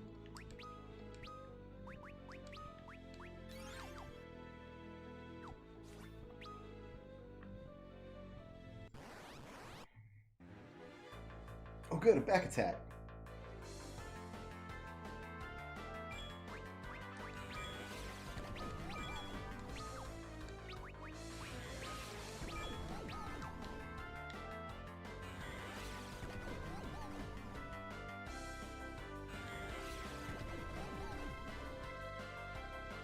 And Toad is particularly bad in this version because getting transformed resets your ATB.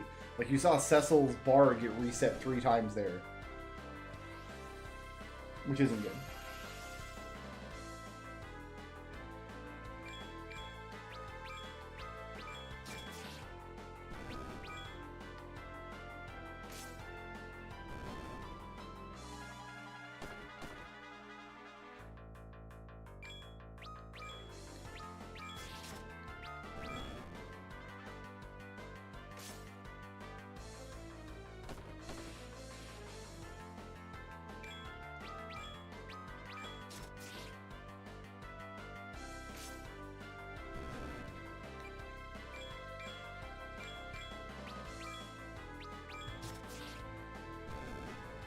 Farewell.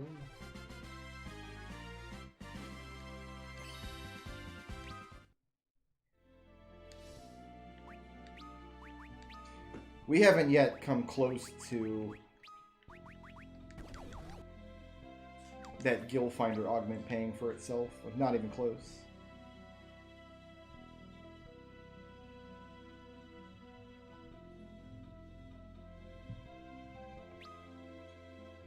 Alright, it's this floor then. And I think if we go to the right from here...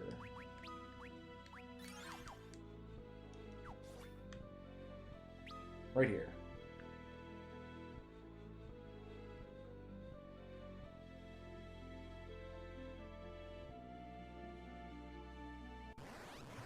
Oh, there's a doorway on the other side. I wonder if it just goes through then.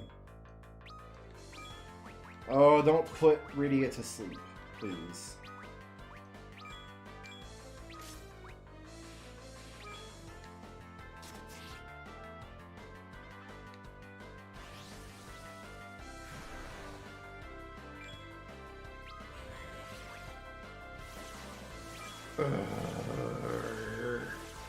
She has fast talker. It feels like her spells should come out a lot faster than they do. And yet...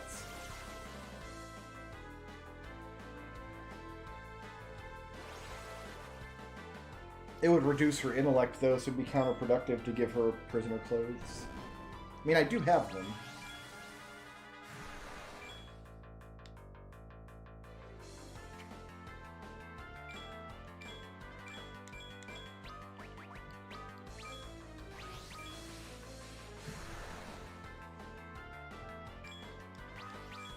It's actually nice. I think part of it is Cecil having draw attacks. Because Bad Breath has never targeted anybody except Cecil at all in this dungeon.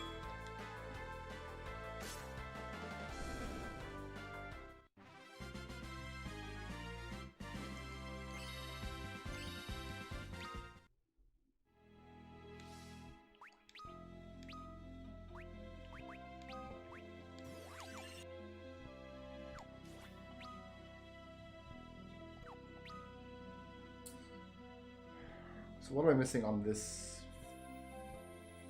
floor?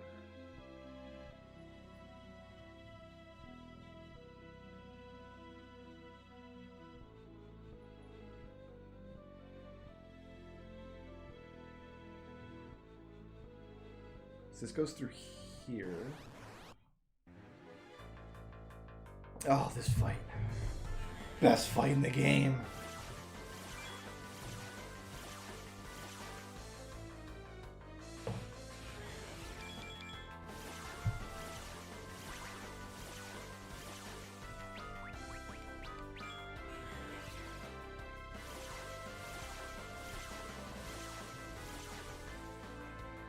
Actually, when Rosa rejoined the party in Tower of Zot, she wasn't wearing prisoner clothes. They just got them on Sid when he joined the party.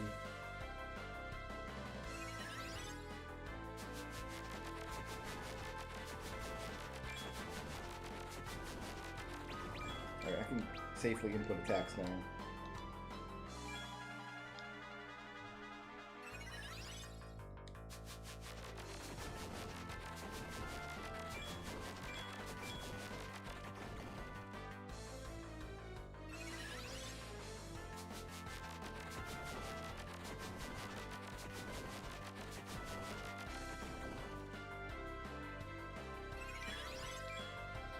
Alright, so we watched all of them cast Sleep 5 times, and we watched all of them cast Silence 5 times.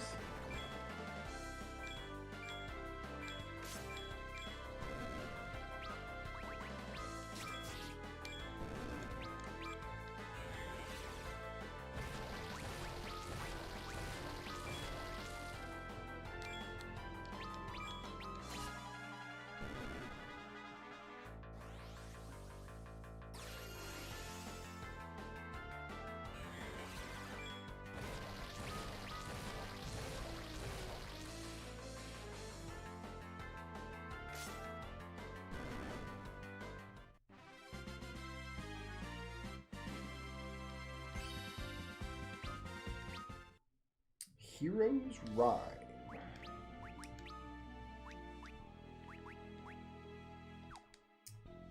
all attributes up. Nice. Alright, so this goes through here. Here we go.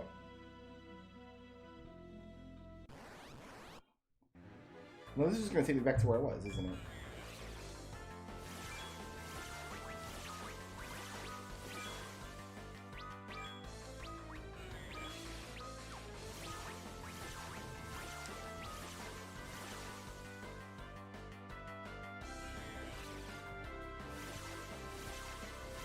How expensive is this microphone? I think this was like $90 for the God, what is it even called? Blue Yeti.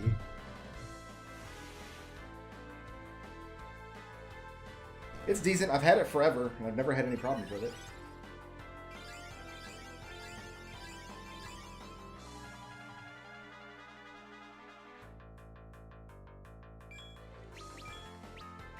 I've used it for years and years. It probably needs a new pop filter on top of it, the squishy part here, because it's all dusty and kind of gross looking, but...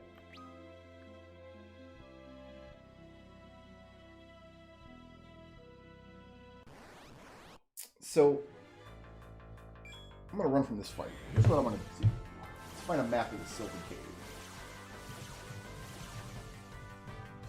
And find out where this secret passage links to, or is supposed to link to.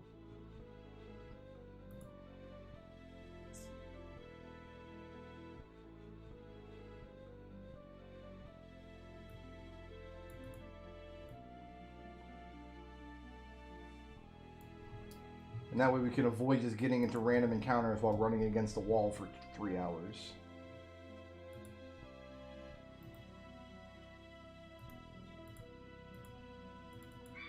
Just need to find a reliable map.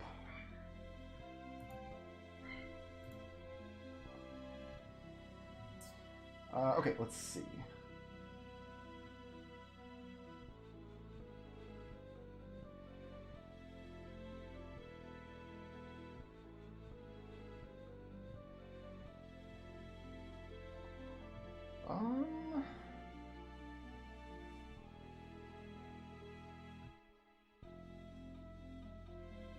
I think I get it. I think I understand what this is telling me. Alright, let's try it. Did anything terrible happen to me in that fight? Nope, looks like we got out pretty much unscathed.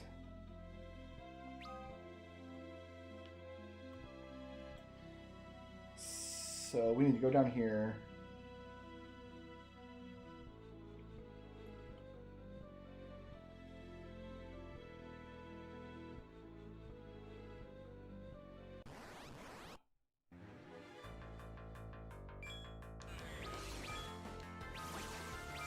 Alright, put me to sleep, you jackholes. If Rydia were strong enough to take them all out with one cast, I would probably give her anti-sleep armor, no matter what the cost was, but she's not yet. And she would be less so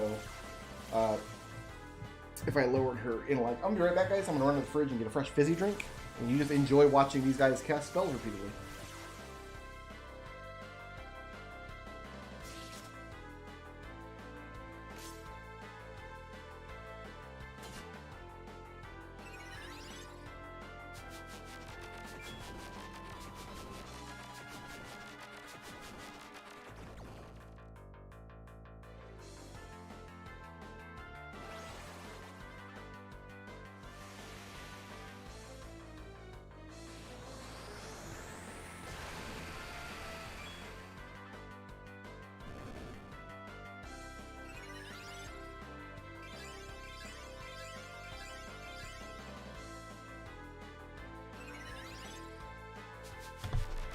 I thought they would all be dead. Okay, fair enough.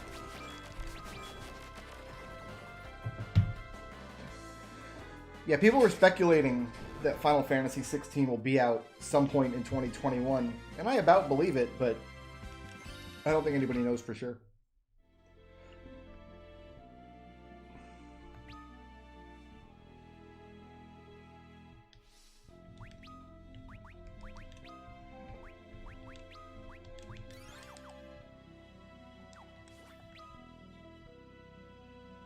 So if we go down the hole down here, it should take us to the next map. And from there, we should have a passage leading to the other side of those opened treasure boxes.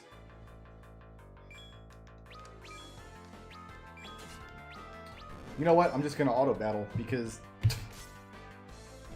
I don't think this creature can even damage me, so I might as well just do this. Ah.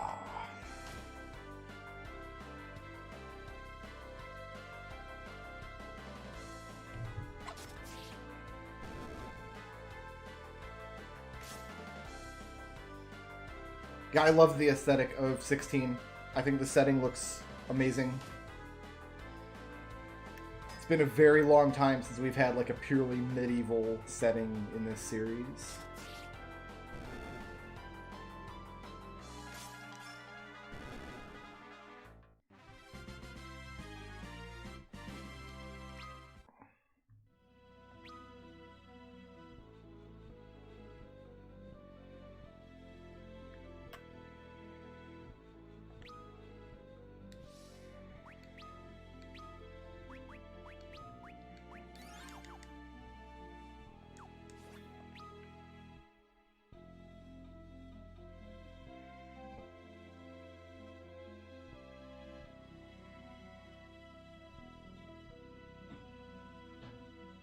Then there should be a passage here somewhere. Oh, this fight again. I love it. I love this fight so much. My favorite fight. My favorite group of monsters in this or any dungeon ever. By far.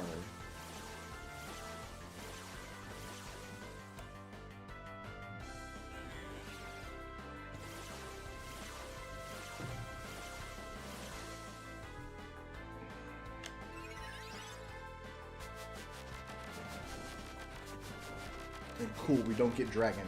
Dragon's not going to come out because Riddy is asleep.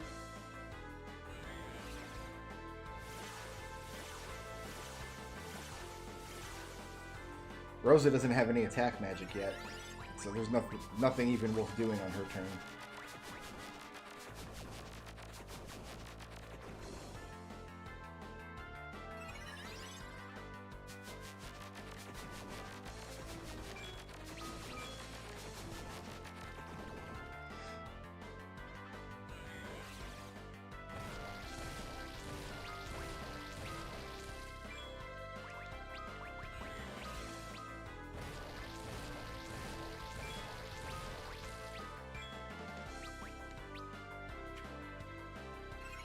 Nice job, King.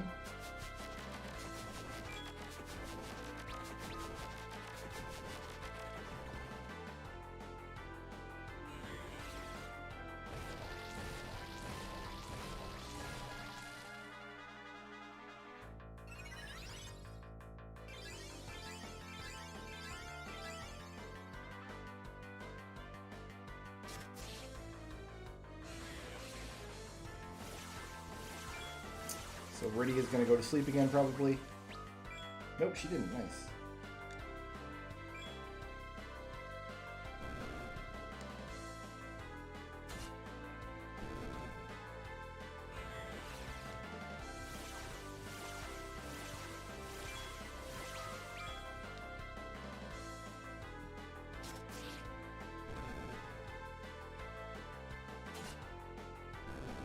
Farewell.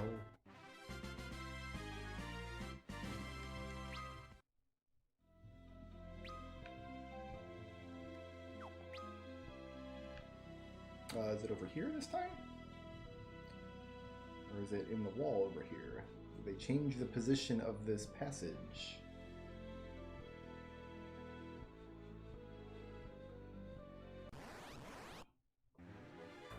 Oh my goodness. Again with these guys. We're gonna have a lot of these nerds in the bestiary, that's for sure.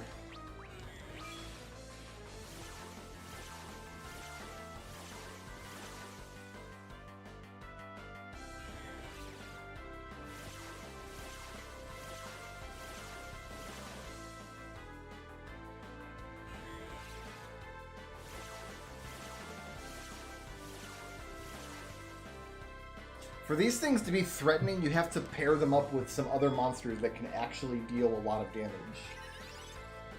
Because on their own, they can't, like a batch of these guys just can't do anything to me. They're only dangerous when they start chain casting Fire Up, but they can't silence or put my white mage to sleep, so...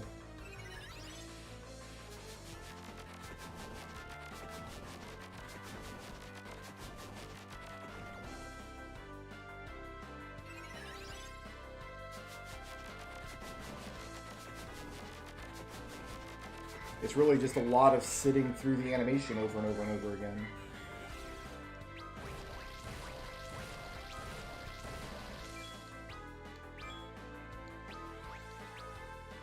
And Riddy is just not strong enough yet to wipe them out with one summon.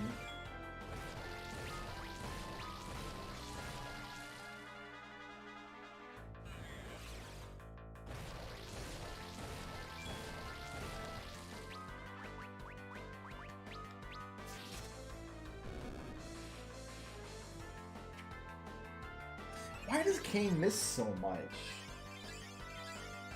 I feel like he misses like half the time. What's his actual accuracy? Is he blinded and I don't know it or something? I don't think it's possible to have thoughts on Metroid Prime 4 because I don't think anybody knows anything about it. I only know that it apparently is coming out at some point. So I guess my thoughts on Metroid Prime 4 involve it's coming out at some point. It's probably the summation of the amount of thoughts I can have about it.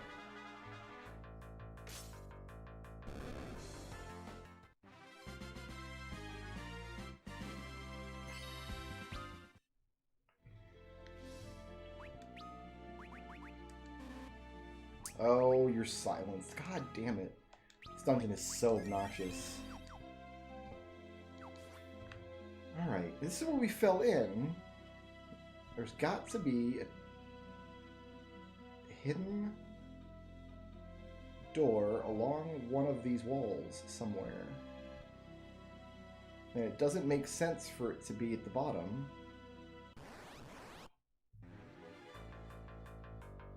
Like this fight, this guy will be a lot more dangerous in this fight. Because he can disable me with his sleep and silence, but then his buddies can actually damage me.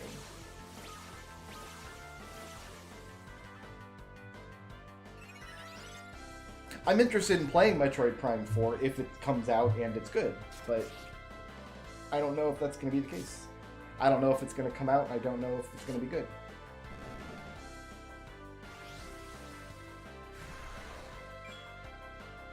They've already made Metroid just a shooter. That's what they did with Metroid Prime 3, and it was okay. I haven't gone back to replay it since I played it the first time.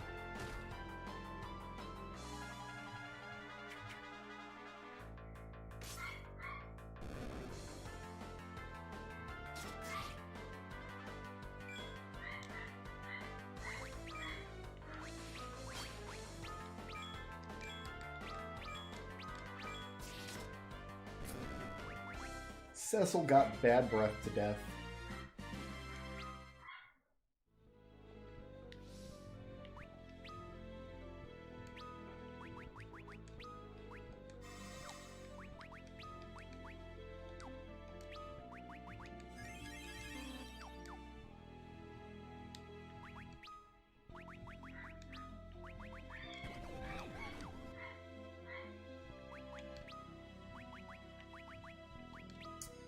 I feel like I pushed against all these walls. Like, where is this secret wall at? There it is. Okay. That should be it for the Sylph Cave.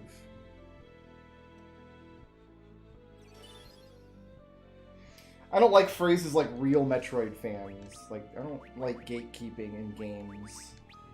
I don't think there is a such thing as a real Metroid fan. And we're gonna have to come through this cave a second time because Rydia doesn't have enough MPs to actually open all these monster boxes.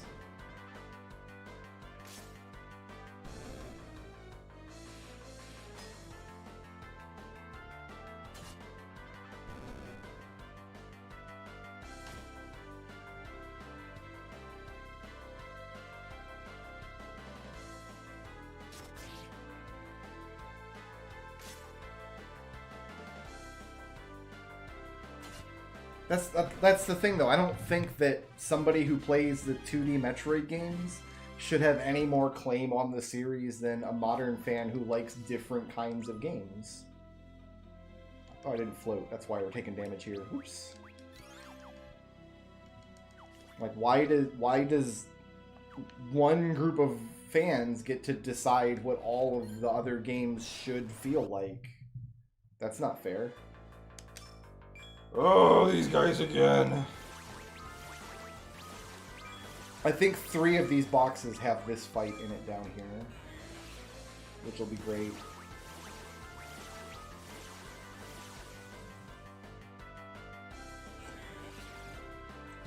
We went through this with Metroid Prime when it was coming out. Gobs and gobs of people insisted that it was going to bomb, it was going to be terrible because it was 3D and you couldn't make a good Metroid game in 3D and we're going to boycott it. And if Nintendo had listened to those fans, then we would have never got Metroid Prime.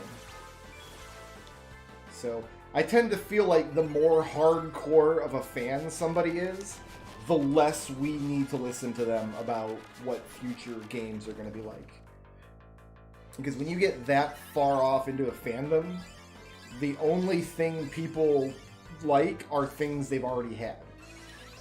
Like, if you ask somebody who's a super fan what they want, they don't really have a basis of comparison to answer except to point to what they already have and say, I like that, make more of that.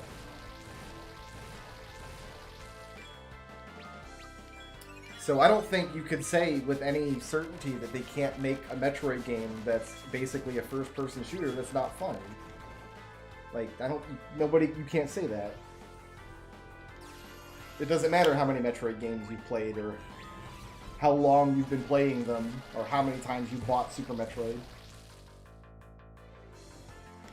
Didn't they made a Mario game that was a shooter, and it reviewed fairly well.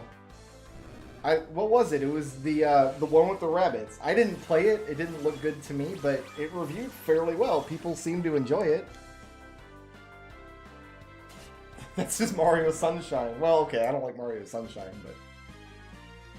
but there's a difference. Like, if you point to a Mario shooter game that they did make and say that wasn't fun, that's fine. But you can't say it's impossible to make a Mario shooter game that's fun. It just means they haven't done it yet.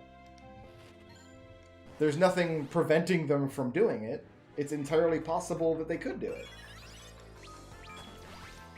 And I've got enough for one more Quake. Do I have enough for... I'm out of dragons. We should go with Quake here then. And then I have to teleport out.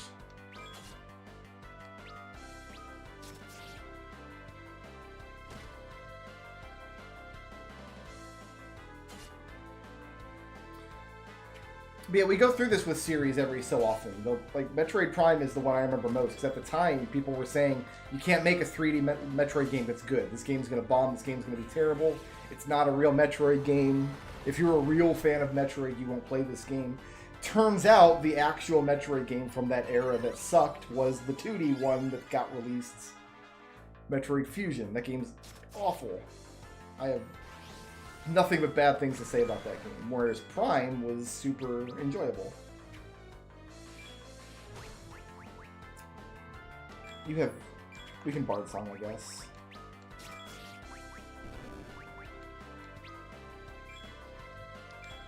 So yeah, any statement that involves pointing to real fans and what they're supposed to like, or what a game is supposed to be like you have to disabuse any of those kinds of notions, because nobody actually knows until they try it and see how it works. But I don't think anybody knows anything about Metroid Prime 4. As far as I know, that game it's in development. I think that's all we know about it.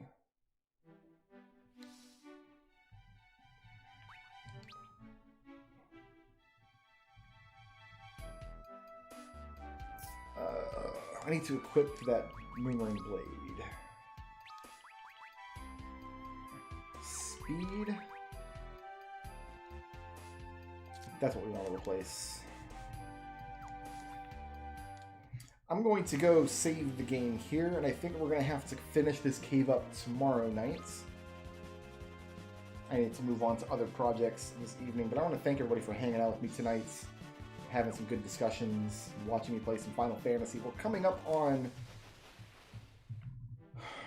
I don't know, maybe 1 or 2 more streams of this before we will have completed the story. And when I complete the story in this game, we're going to start to move on to story in another Final Fantasy game. I'm not exactly sure which one. It's all up in the air right now. But thank you guys for hanging out. I'll be back soon to enjoy some more of this with you.